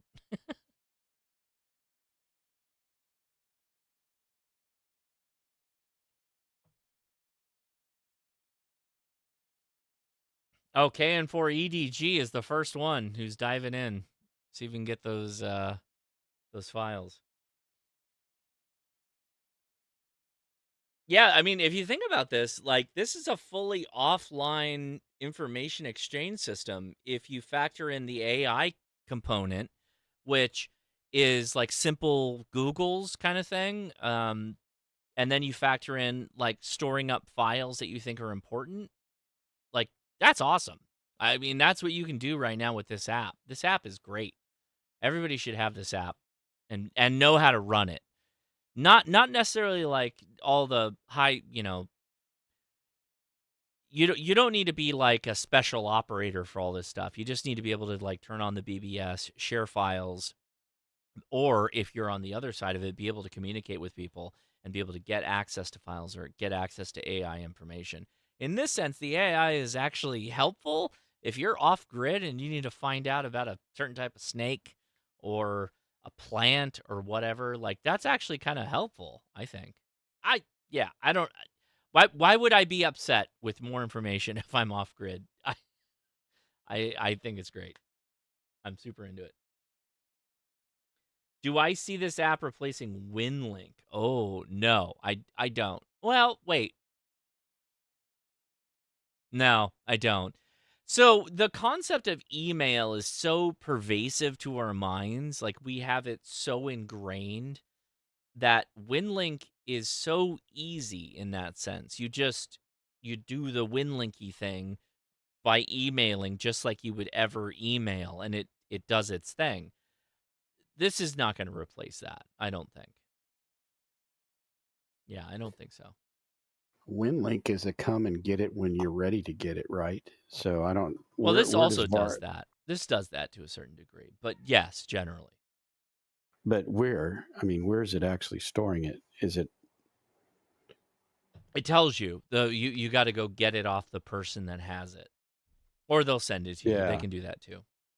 yeah. See, that's I think WinLink is much better in that regard because you're just connecting to somebody that can go and that already pretty much has access to it, so you don't have to go to a specific place. So the problem with WinLink though is it not distributed, or it's centralized email versus a distributed Right.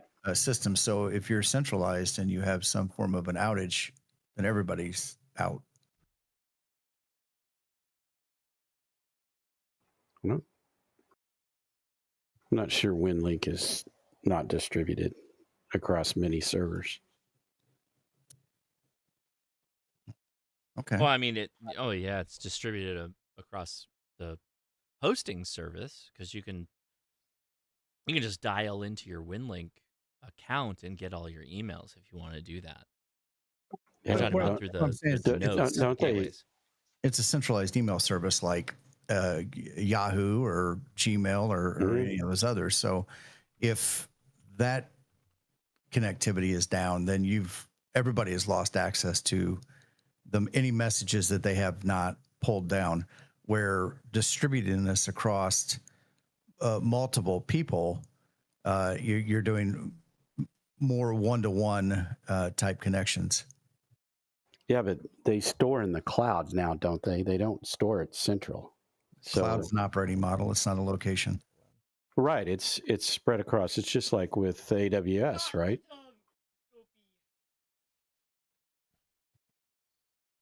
Well, I don't know enough about the WinLink service, but it could be in some guy's Packard Bell 286 in their closet for all we know.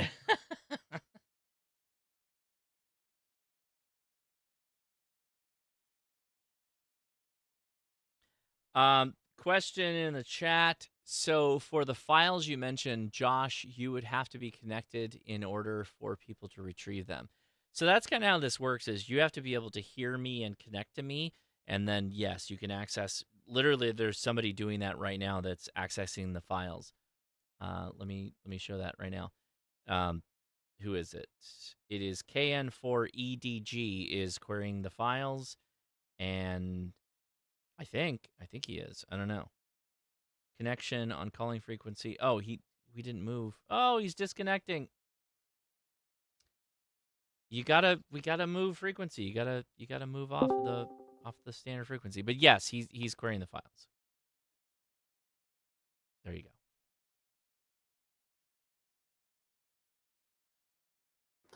Yeah, I'm looking at this debate on which I shouldn't do on Reddit on the D50 versus the S50 or the D3 versus the S50.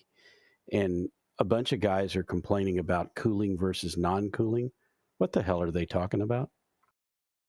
Uh, Steve's probably the better guy to answer that, but a lot of the guys are using Peltier coolers on their imaging sensors to cool them down. That is Yeah. a very big thing. Yeah, it's interesting. So back in the day, so cooled cameras are needed to cool the thermal noise in the sensors, and this was a big thing with when we were using CCDs or charge couple devices as image sensors, and they were very, very expensive. There were only a few sources for those types of sensors. A typical CCD, like half frame or 3/4 frame camera could cost $5, $6, $7, $8, $10,000 or more, and they were very, very expensive. Meanwhile, what's the other? Not CCD. I'm drawing a blank. The smaller Sony had EX style sensors, which are not CCDs. I think CMOS. Thank you, CMOS sensors. They were typically found in very low end security cameras, and over a long period of time, they started to creep up where pixel sizes got small. Sensitivities got high, and the thermal read noise, the amp glow that we used to get on those, became almost non-existent. And now the majority of these sensors, like the one you have in your camera, are CMOS. They're very inexpensive. Some of them are much more sensitive. They don't require the cooling, the thermal cooling that some of the CCD devices did. Long-term sensors and some of the higher-end cameras still use those. When you're dealing with 20, 30, 40 megapixels, you've got to chill those down to quiet the noise and the thermal noise and quantization noise in the device. But for the fast stuff that you're doing here, there's almost no need for some of that. And you can fix a lot of that in the post processing in the software. And then how important is aperture, since they keep screaming about that too? Aperture always wins. Light gathering power is, but with astrophotography, the advantage is that you don't have to the camera stares at the object, not your eyeball. So you can stack, stitch, and create an image from multiple imaging sessions over multiple nights, and over hours. So you can do incredibly competent images. Look at the size of the aperture of the optics that Josh has on that device. What are they, an inch at the most? It's insane, the sensitivity I don't even know and resolution he's getting on it. Yeah, it's pretty small.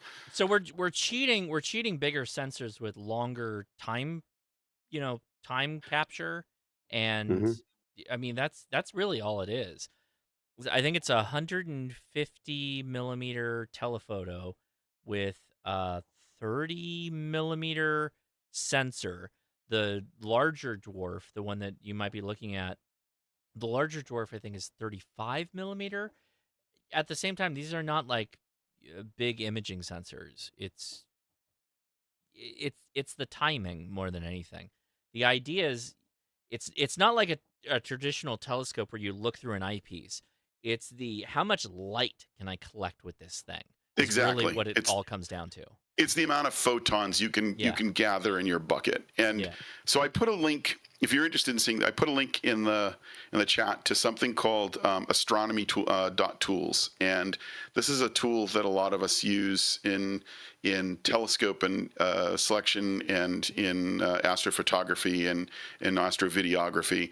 And what it allows you to do is you can pump in you can do it either by visual mode, imaging mode, or binocular mode. So if you were in imaging mode, you can put the camera, the scope, You can manually enter in aperture, focal length, resolution, pixel size, if it's bar load, if you've binned pixels, if you're not binning pixels, the object.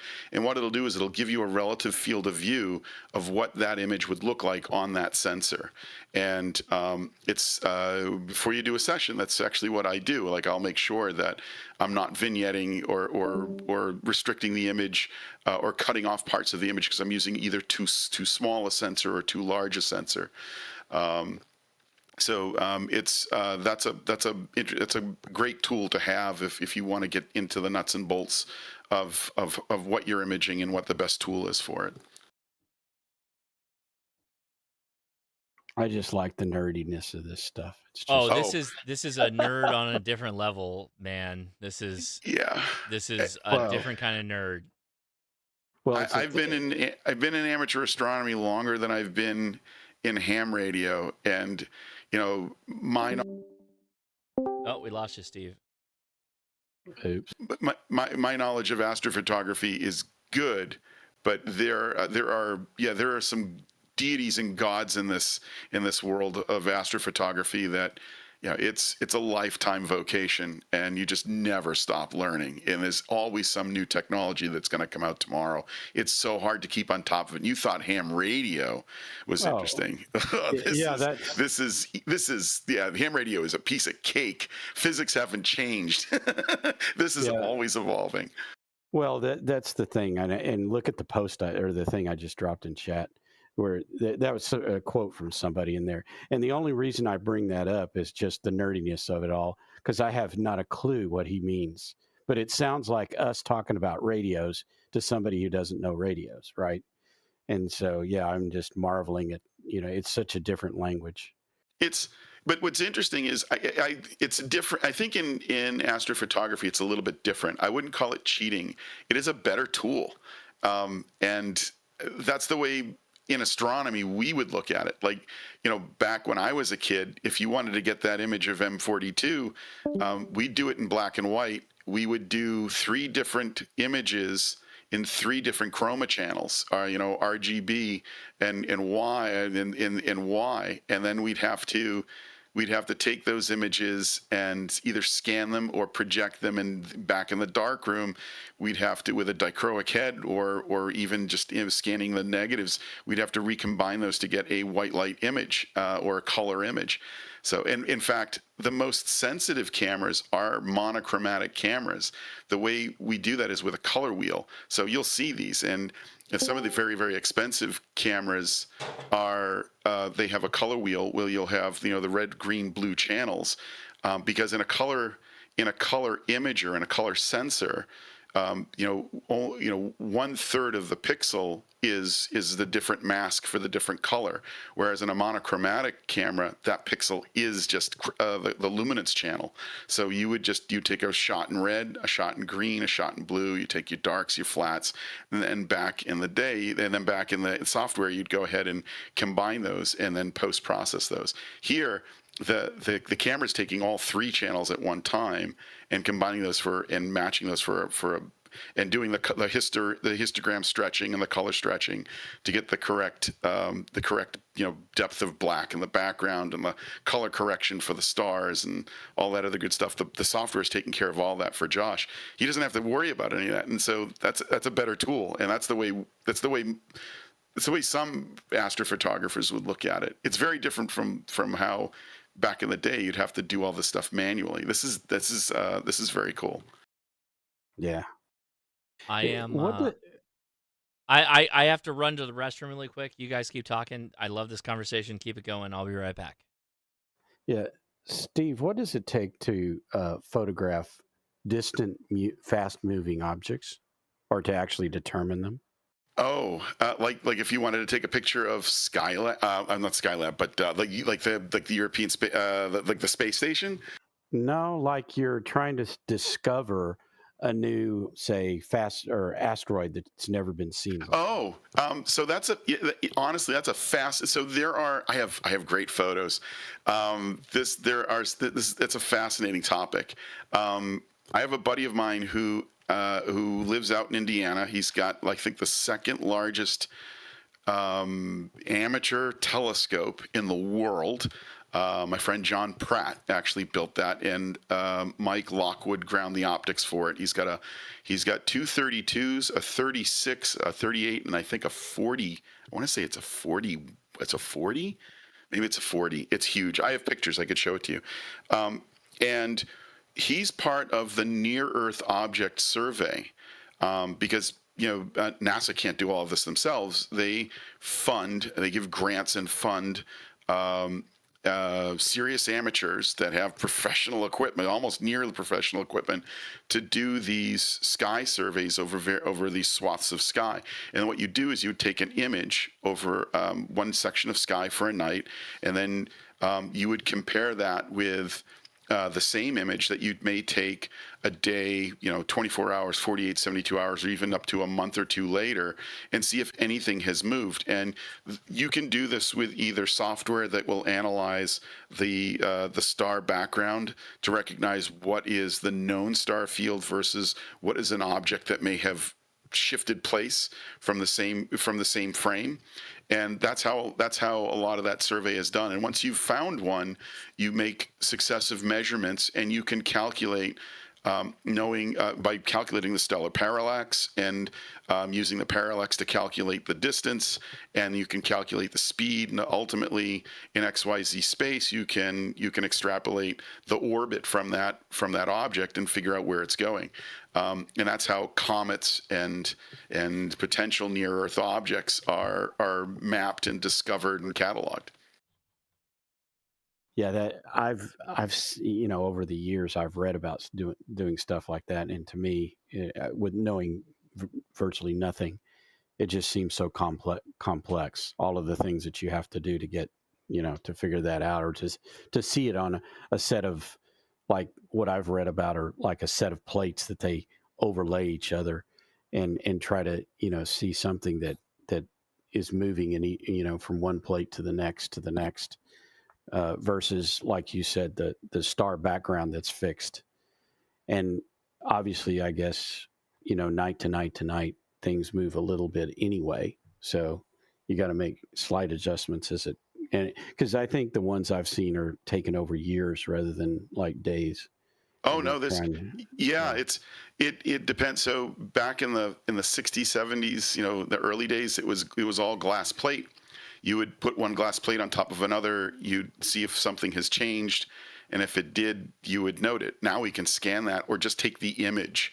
That's what a lot of I can post some pictures if anybody's interested. I can just post some pictures. You can see the size of these instruments, but they're specifically set up for imaging, and there's no visual astronomy in these whatsoever.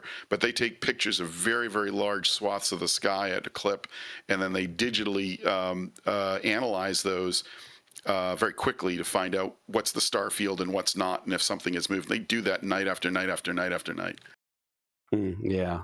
Well, I've been reading about it since the 60s, obviously. So the glass plate stuff is something that's in my mind. Yeah, it's some of those plates are classic too. It's very cool. So we have our first customer on my radio files. KN4EDG is, I think, querying a myriad of the radio files I have right now and downloading some of them.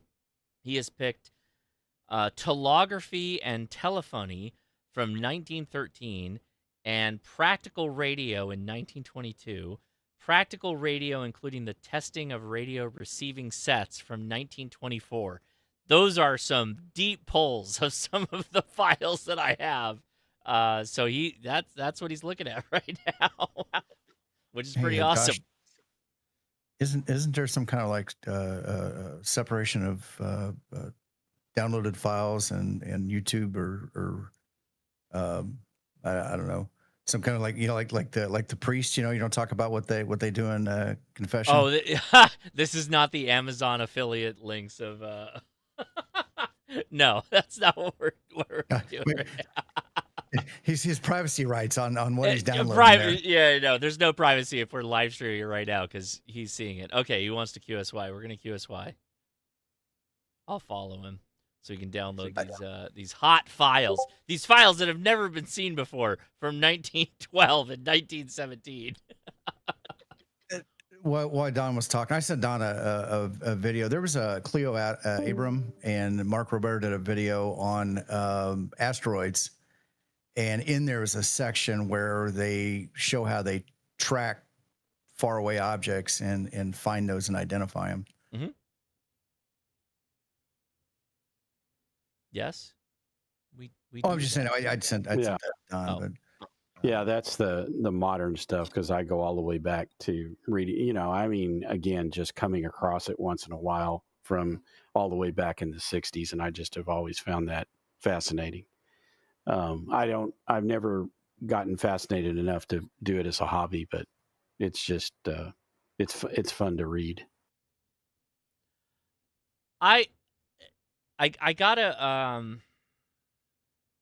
so hobbies are tricky, right? I mean, we're watching this and like, oh yeah, ham radio is the best hobby ever. And it is, there's no question. But at the same time, like there are many hobbies that are adjacent to us. And every time I start to dip and dabble into another hobby, I turn into the appliance operator again. And I start looking at it like how do I just get the thing as fast as possible? How do I get the thing?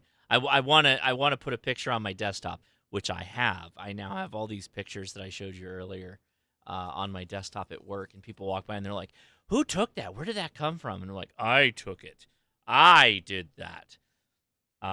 So there, yeah, I'm very popular with the platform or the spacecraft people right now. They're like, "You're a ground software guy. What are you doing with space stuff and all that?" And I'm like, "Come on now, come on." Yeah. Check out what I got. And then I plop the telescope on their table, and they're like, "That's your telescope?" Well, yeah, that's why I took these pictures. And they're just all shocked by it. I love it. I love it. I love freaking out. And I didn't do anything. I just bought the thing. That's all I'm doing. Yeah.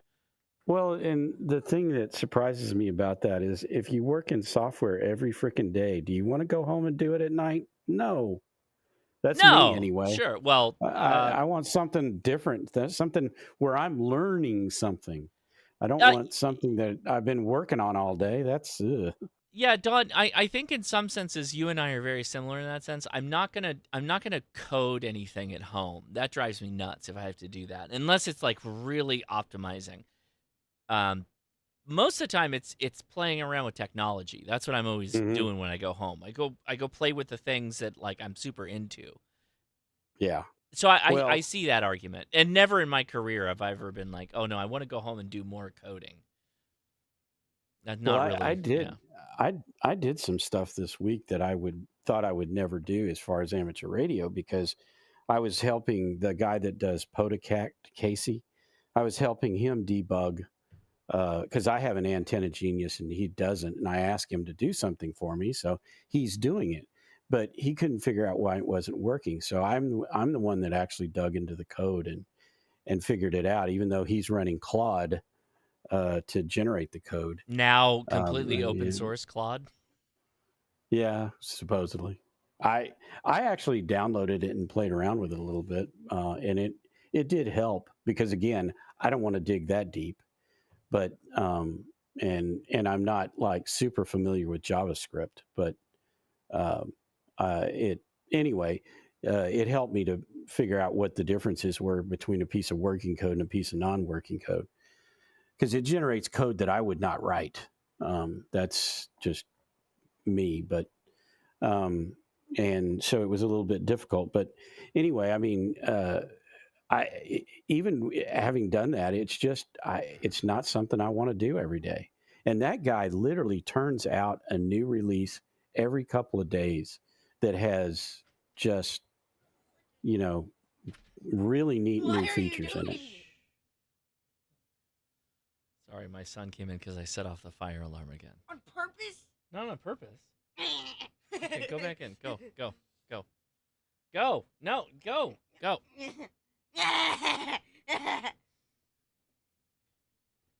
What? Anyway, I want to take a quick second. Sorry to cut you off there, Don. That was not the intention. No, I'm done. But I started flipping the fire alarms. So this is one of Steve's telescopes. Steve, what are we looking at? No, that's actually not one of mine. This is a fellow who lives out in Ashmore, Illinois. He's funded by NASA, and he's a key component of the Near Earth Object Sky Survey. And these are some of the telescopes that he's built. These are at his house, at his cornfields, in his fields out in Ashmore, Illinois. And there's a 32, there's a 38. And the fellow who built those is a fellow by the name of John Pratt. He's actually in one of the photos. But that's the smaller one. That's the 32. That's the smaller and you can see the one, camera. please. That's the camera. You can see the cooling on that. And the purpose for that is it's a wide field telescope. Is to take as large a picture of as much arc-second sky as it can. And yeah, that camera is probably around a $40,000 camera back in the day. That was like 2018 or 2019. I think I took that, and got a chance to see his observatory. This is bigger than you. This one. Yeah. That John built. That John and Bob built that. That's his. That's all hand built, including the drives. That's all computer controlled, and there's a picture of all the roll-off roof observatories that he's got on his property, but that's the largest instrument that he has. That's a truss Dobsonian.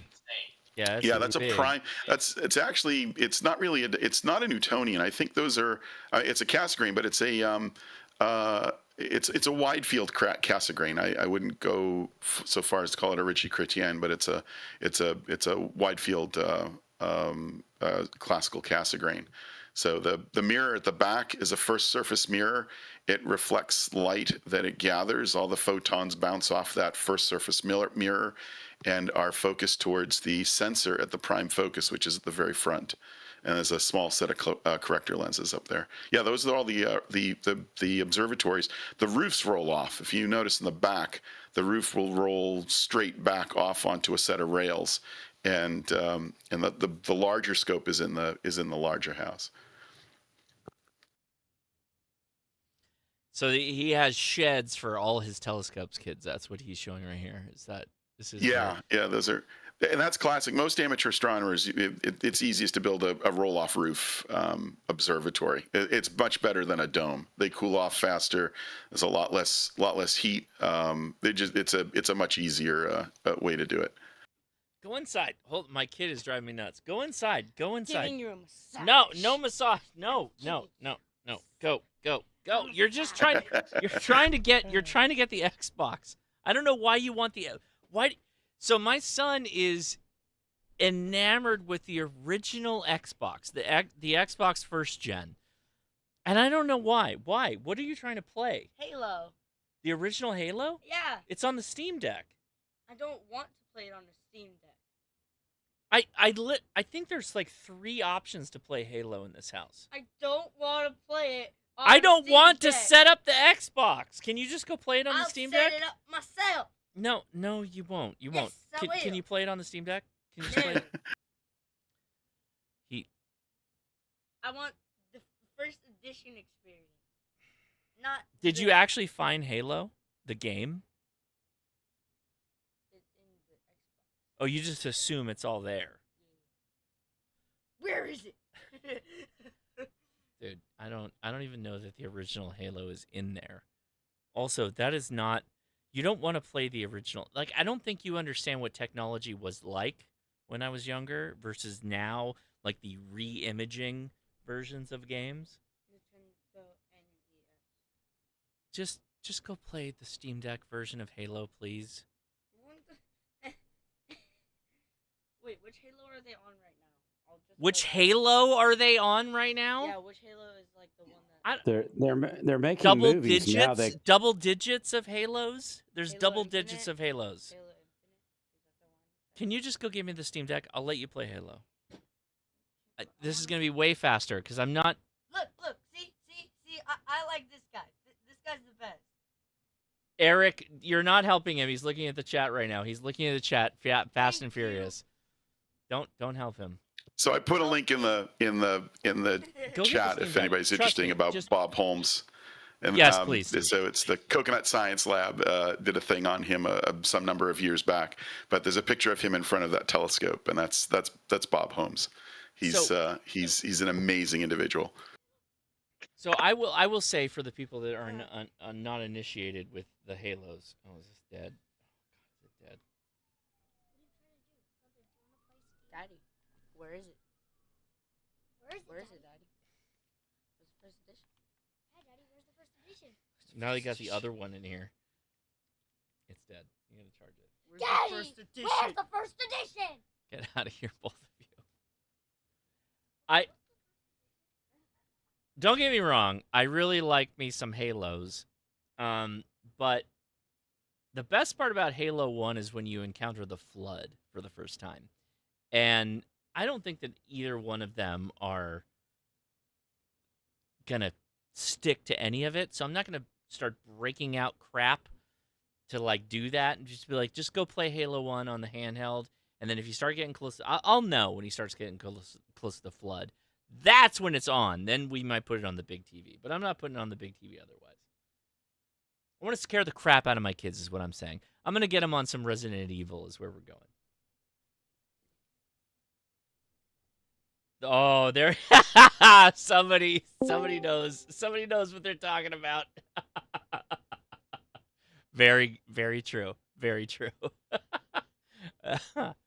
All right, let's go back to these images. I didn't get all the way through them. We got a shed. Dude, you got a whole transformer. You got a Gundam in there. There's a Gundam. So, Steve, what I'm looking at. So this picture, like what I'm looking at. How much money is this? Like, oh. Like at the time, if you want to put it in the time or like today's dollars, you can. Like, what do you estimate? It doesn't have to be. Believe it or not, the expensive part is the glass at the back of the scope, and that mirror. That mirror, yeah. Yeah, the mirrors are the heart of the scope, and Mike Lockwood is one of the premier opticians in the country for if not the world for doing fast. Optics. That mirror is easily a $50,000-$60,000 mirror for this particular caliber of work. The scope is, I mean, there's probably a couple $100,000 wrapped up in there between drive, camera, optics, and control. 100K, 120K, not including the observatory, something about that, like that. That's a buyer's drive. Those drives are $10,000-$15,000 on their own. John machined the mount and did all of the glue stuff, but it's easily in the 100 to 150, maybe 200K range. So that is a level of hobbying that I'm not at. Like I'm gonna machine the drive that it rides in. That is a level that I'm not at. I don't know that most people are at. This is like peak hobby level. Is it? I mean, that's what I used to build, but not that size. But yeah, a lot of us back in the day built our own scopes because there weren't companies that made optics or control systems or mounts like this. So you had to build them, and yeah, a lot of us did our share of building stuff like this. It's there are books built on it. My 18-inch or my 24-inch I built. How much of this turns into like a small business in the sense of like making prints or something like that? Like, do people try and recoup the costs of this expense for that kind of stuff, or how does that go? There are some that do. But you don't need instruments like this to do that type of imaging. In fact, some of the best imaging in the world is done with much smaller instruments, like Takahashi refractors or Teleview refractors, or even Celeste, some of the newer Fast Edge or Edge HD, Celestron scopes, or even a Richard Chrétien. I mean, you get into some of the more classic astrographs that are purpose built for this. Then you start to get into the, you know, 30, 40, 50, $60,000 instruments where, you know, it's just people are obsessed with it. Yeah, if you have deep pockets and a passion for it, it's just, you know, it's kind of like what we do with radios, but on a much different scale. But isn't the mirror stuff that's a hobby in and of itself, right? That, I mean, that's It is. expensive to do. It is. It's funny, you know, and it's again, it's kind of like it's very parallel to what we had in amateur astronomy. So back in the day, in the 70s and early 80s, the largest optic that you could really conceivably find was probably, I mean, for the amateur was like an 8-inch. A 12-inch was like, I owned a 12-inch. A fellow down the road was a mirror grinder for iTech. iTech used to make precision satellite tracking optics for the government, and in his spare time, he used to grind optics in his basement. And I had one of his mirrors for many years, and I had one of the largest telescopes in like 100 miles. It was a 12.5-inch Newtonian. I ground a 6-inch, and I later did an 8-inch, and you can still buy them classically. The Willem Bell kits are a book. It gives you all the materials to do it, and gives you the tool, the blank, and you would go ahead and grind a mirror. But nowadays, it's so much more affordable to be able to go buy a high quality mirror that has been tested on a Zygo interferometer, that it comes with paperwork, and it's just easier. Very few people grind optics anymore. I've done it. It's a lot of work, and it's very rewarding when you have an instrument that works. You get that first light, and it's like, holy crap, I built this. Yeah, that's a lot of that's insane. But it's so much cheaper to actually, you know, just go buy unfortunately, to go buy the optics now. But yeah, you know, you can still build a telescope yourself, but it's far easier now to just go ahead and buy a small aperture mirror. Yeah, I'm sorry. to Is this me, Dennis? Dennis, is that you? I love it. I lusted for one of those. I lusted for one of those scopes. Dennis has Wreck-It like Ralph arms. He's gonna like. I'm impressed you built that, man. Is that you? That's amazing. Very impressive. Damn, son. Oh That's the God. Meade 2100 Look at this or guy. 2120. Dude. Dennis ain't kidding around. Don't mess with Dennis and talking anything. No trash is considered when we're talking about astrology or astronomy. One thing, Not you know, allowed. there's one other interesting part of the lore about telescope mirrors and the glass. The glass used to be made out of real optical Pyrex, and optical Pyrex is no more. Probably about 20 years ago, Dennis Smash. Optical Pyrex, when Corning had a crucible that was built in the 30s, and it cracked. Oh. And it was the only crucible in the world that made Pyrex, optical Pyrex. And not Pyrex for dishes, but this was Pyrex glass that with borosilicate that was used for manufacturing telescope optics. And Corning made the decision, we're not going to rebuild it. It wasn't cost effective for them to do it. So there was a shortage for years. It kind of still is. There's no more optical Pyrex that's made. So the borosilicate that you find is not the same quality. Or, you know, they were kind of hoping by now that there would be a synthetic replacement. There still isn't. So getting large aperture telescope optics is now very difficult. The Corning saga of like different Corningware that you can get depending on the label before you even get into the optics area is crazy. That's a whole history lesson just on that whole thing. Yeah, for sure.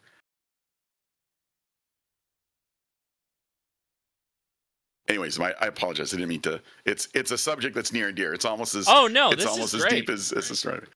I feel like every ham has a little astronomy like nerd in them that like it's the Venn diagram syndrome of like I like space and those overlapping parts, that's what this really comes down to. Is I just think it's really cool. I again, I put a little box in the front yard and it's doing a thing.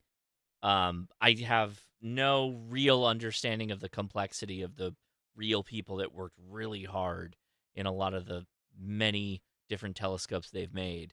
But Steve does, and he's a really good resource for this stuff. So that's why I thought it was fun to talk about it.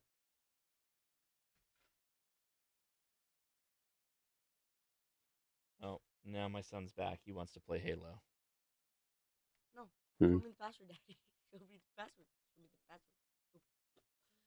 Okay, hold on. I know how Steam works, dude. Oh, okay. I literally have like all the Halos on that. All right. Let's take a minute. Oh, wait, Steve got another picture. So I'm going to show that. Steve's going to have to explain this because I don't know what this is. Steve, what is this that we're looking at? A gimbal now? That is the ground board for the world's largest Dobsonian telescope. That's John Pratt on the left, who's probably one of the best telescope makers in the country, if not one of the world. Just a phenomenal engineer. And when he retired, he makes telescopes. There's some of the finest telescopes you can, at least the carcasses that you can make, and he makes them for Lockwood Telescopes. Anyways, that was designed and built for a fellow in Brussels, and I think it was a 42-inch. It was the world's largest amateur telescope, and that shipped out by train to Belgium. That's the ground board that sits on, I'm sorry, that's the rocker board that sits on the base or sits that holds the mirror box that contains the mirror. I don't have a picture of the whole thing put together, but it apparently needed a very, very large ladder to get to the eyepiece. The first one. Okay, you got it. Hand it off to him.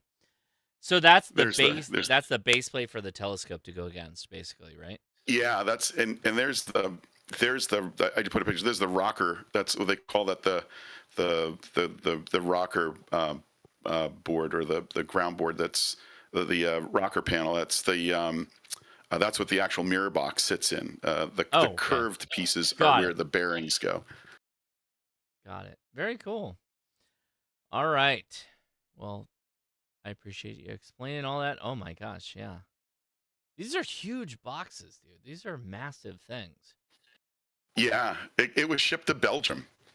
Oh my God, that's crazy. There's a picture of it somewhere, fully assembled. It's the guys got it, and Mike Lockwood flew to Belgium to set it up for him. That's awesome.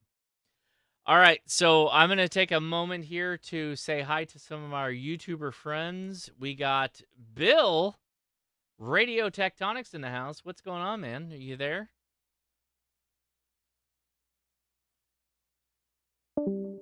Maybe not.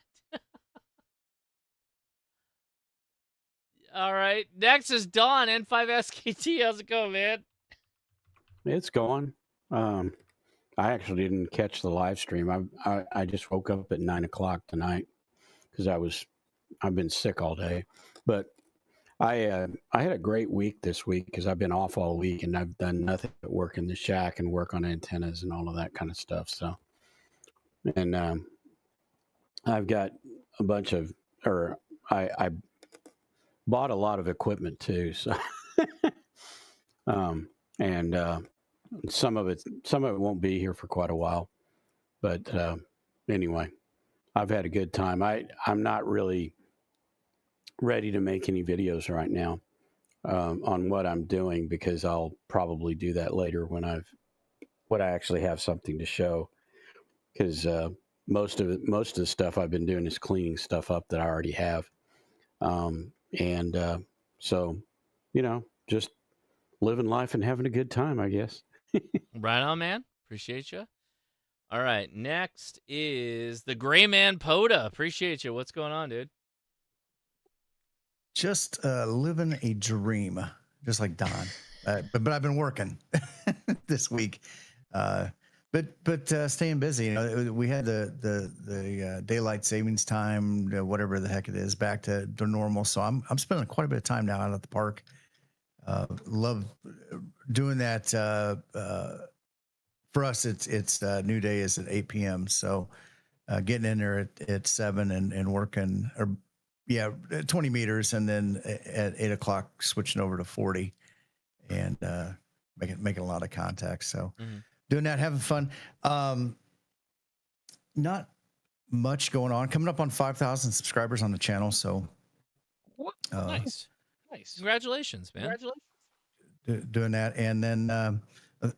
and then this week on the kids table, we've got Mike and Becky from Ham Radio Duo and Barb, the designer of the Pebble HF, going to be joining us to talk about that. So those are our things coming up this week. Very good. Appreciate you hanging out. I will be building my Pebble probably at the end of next week because I will be on travel all of next week. So I'm excited to get going with it, but man, it's the time. It's always the time. Next is Adam, K6ARK, man. How's it going? You been hanging out this whole time? What's going on? Yeah, I have. I feel you on the time thing. Been pretty busy lately. We had, unfortunately, a few search and rescue operations over the last couple of weeks. So those took up my last couple of weekends. But right now, I am actually have a soldering iron in my hand as we're talking. I'm soldering some wires in a battery box that I'm building for the search and rescue team for our command post radio. Nice. And it's actually turning out pretty nice. Beyond that, I do have a video that's pretty much done being edited, and actually the video I'm going to post is uploaded to YouTube. But I want to release basically the full QSOs from the activations with it, and that video is the one that you worked us on in the Providence Mountains in Mojave Preserve. Oh, nice. And you were our first contact from that one. Cornfield Spring Peak, which was the first activation. Yeah, you were out in Texas, I think, at the time. Yes. Oh, yeah, I was. I ran outside. It was literally between shooting videos with all the folks out at Modern Rogue, and it was that's what it was. Yeah, it was Mark was texting me. He's like, "Hey, if you got a minute," and I'm like, "I will do that right now." And I ran outside and nailed a couple of contacts. Yeah, right on. It was awesome. Yeah. So yeah, that was a really tough trip.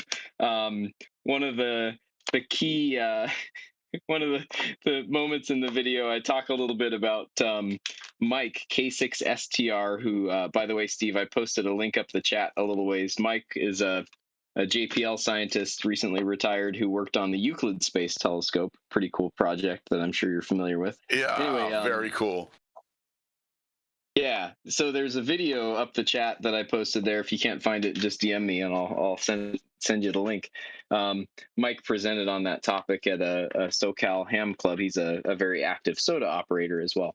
Anyway, before the trip, I'd invited Mike and Laureen, K6STR and W6LOR, to potentially join us on this trip.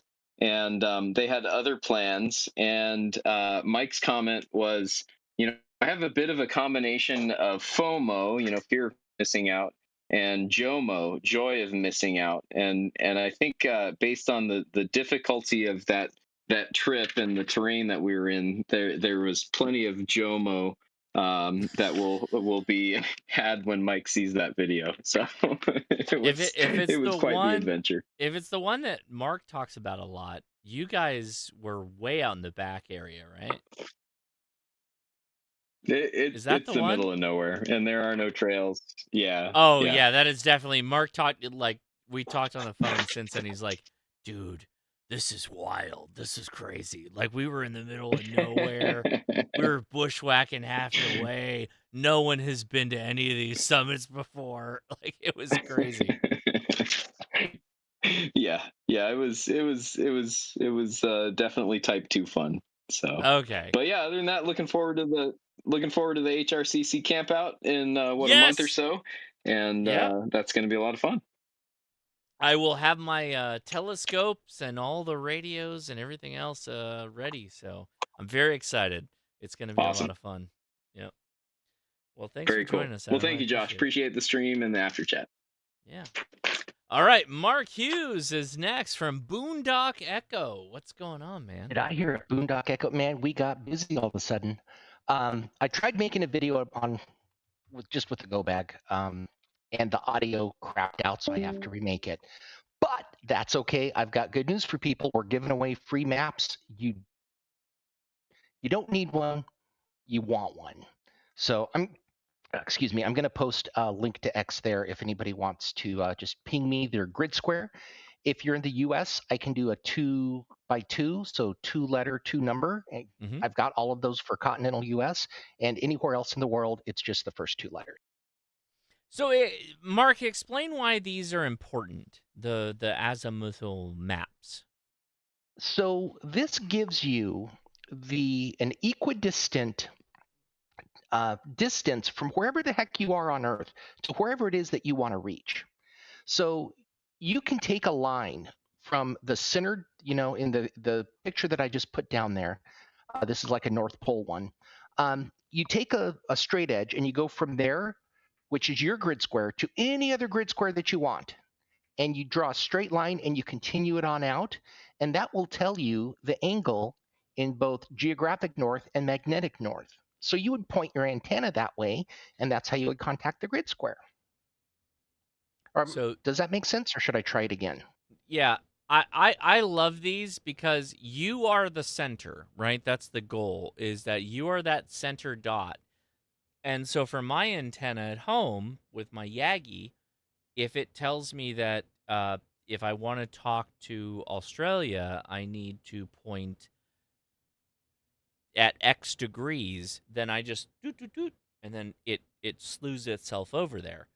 This is largely for people that have a rotor system. An azimuthal map is really important for that, but it is vital because everything you grew up knowing about maps, the Mercator projection and all that other crap, is not true. It is not true on our oblate spheroid that we live on. There is it doesn't work that way. It doesn't work that way at all. So the size of what you think you should point at is not actually what you should point at, and that's what these maps help on. Yeah, even the states are off. Oh, even the states are screwed up. Yeah. Totally. Yeah, totally. I mean, you can just see it here. I'm showing an azimuthal projection. If you were in the pretty close to the North Pole, it is not the shape of the continents that you would expect at all. Well, yeah, and that's where it becomes important from a radio perspective, because if you had a compass and you just drew a circle, all of this projection, they're equidistant azimuthal. So, if you go 1,000 miles in any bearing, it tells you where you would be, if that kind of makes sense. I'm getting a little tired, so the explanations aren't coming to me all that great. But Don, you were going to say something? No, I'll get to something after you get finished. Yeah, no, that's pretty much it. It's just a fun little way. If you've got a rotor system, right, it's going to take care of all that stuff for you. But this is just kind of a fun little thing to have to kind of stare at and scrunch your eyes up and like, okay, well, if I wanted to contact grid square, Foxtrot India, where would I need to point? And depending on where you are in the world, sometimes magnetic north is very different than geographic north. Fortunately, here in the United States, it's roughly the same thing. It's off by a few degrees, but it's not off by, like 90 degrees. So they're just kind of fun. If you want one, let me know. Yeah. Yeah, that varies from -13 to, was it -4? Depends on where you are, west or east of true north. That it does. I don't know the numbers, Steve. It's 13 degrees. I only remember that as, it's airmanship. It's pilotage. you gotta be able to calculate that. Yeah. Have you ever seen a micro Arco or an Arco microham controller? Or is that to me or Steve? Because if it's me, heck no. You. No. Yeah, on mine, that I've got a micro Arco ham or an Arco micro ham controller, and literally I go in. I have you go in and you put all the information in about where you are, all of that stuff. It puts a circle on the controller for you and touchscreen, so you can touch wherever you want and it'll point. But I can go into a screen and say VK4, and it goes, oh, that's 135 degrees from here there, and then it turns the rotator exactly to Oh, that's 135 cool. degrees. That's really cool. It is unbelievable.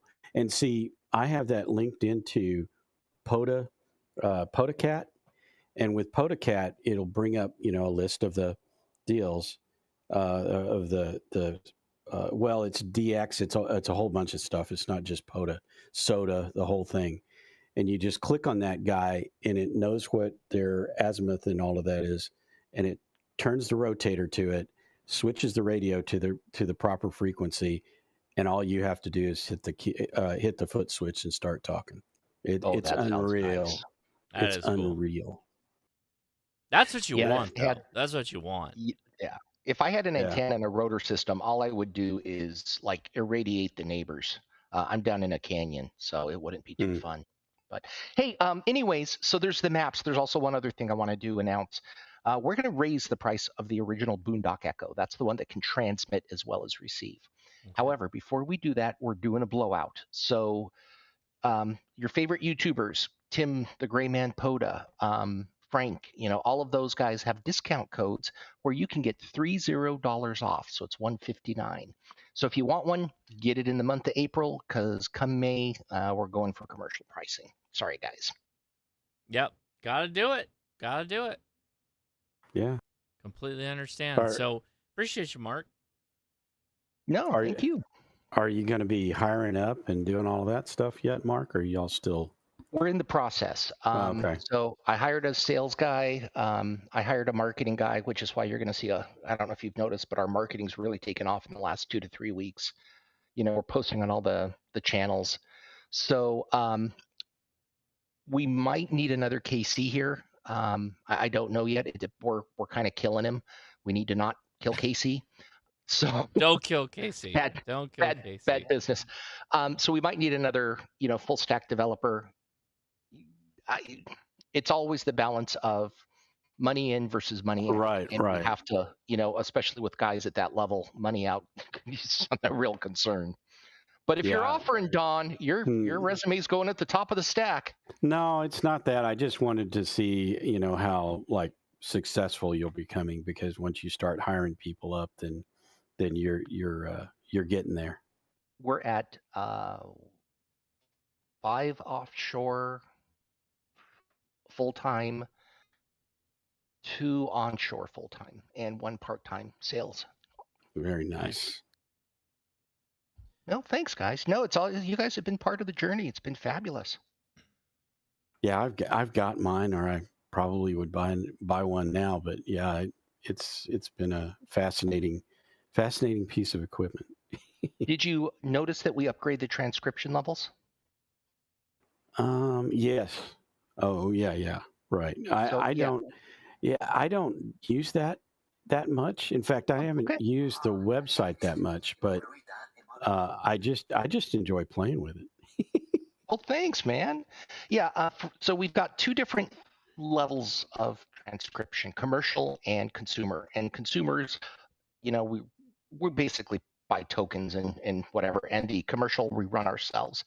And this takes our accuracy rate up to like 92% for the consumer level. Our commercial is like 98, 99%, but it's a lot of computing power. But for everybody out there in the ham community, it's getting pretty good. So try it out. If you don't want to spin the 159, we've also got the tangos for 59. And ping me, and I can tell you how to build your own for about $20 if you don't care about the case and all the other fancy stuff. So. Yeah, I was wondering if you were going to keep the public stuff going Yeah. when you go commercial. Okay, great. Yeah, That's I mean, great. we'd like to.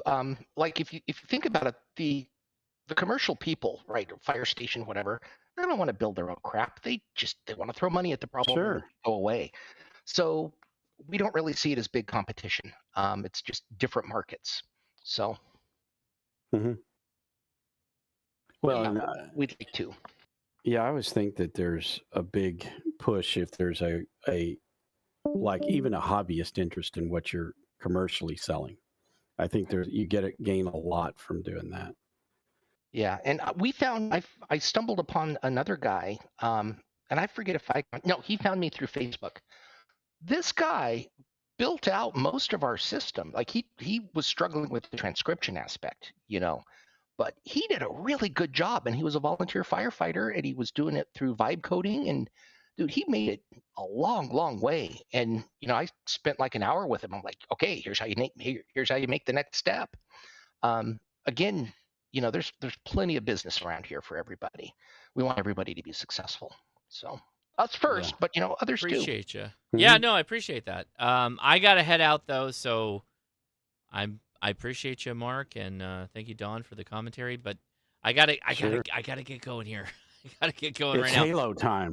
No, it's not Halo time. It's hopefully I'm gonna tag up with the wife, and we might record a podcast. I don't want to promise anybody too. Oh, deeply, nice. but that's hopefully the goal. But I gotta get off the live stream and go figure out how that's gonna go. Anyway, thank you everybody on the Discord. Thank you so much, everybody. We'll talk to you next week. Yes, I will be back in the shack next week. So a proper full show. So thank you so much. And I think 73 there. All right. I'm going to let this run. We are at 93 of a 240 image stack. So it's just going to keep rolling. It's going to take these long images. So you're watching this live. You can see the little right-hand side. It's taking the images, exposure, long exposure. It's going to stack them all up, and then that's what gives us the end image, which you saw with Orion and the Pinwheel Nebula and all that. So if you are interested in a smart telescope, the link is in the video description. It is about the price of a G90. Basically, that's how it works out too. So if you got G90 money and you're thinking about a telescope, something you can hike out anywhere and do something like this, then maybe that's something that you might be interested in. I am Josh, KI6NAZ. Thank you so much. Not an April Fool's joke. I don't know who said that, but it is literally not an April Fool's joke. Literally real. Literally real. I'm Josh, KI6NAZ. Thanks so much for watching, and I will talk to you later. 73. See ya. See ya.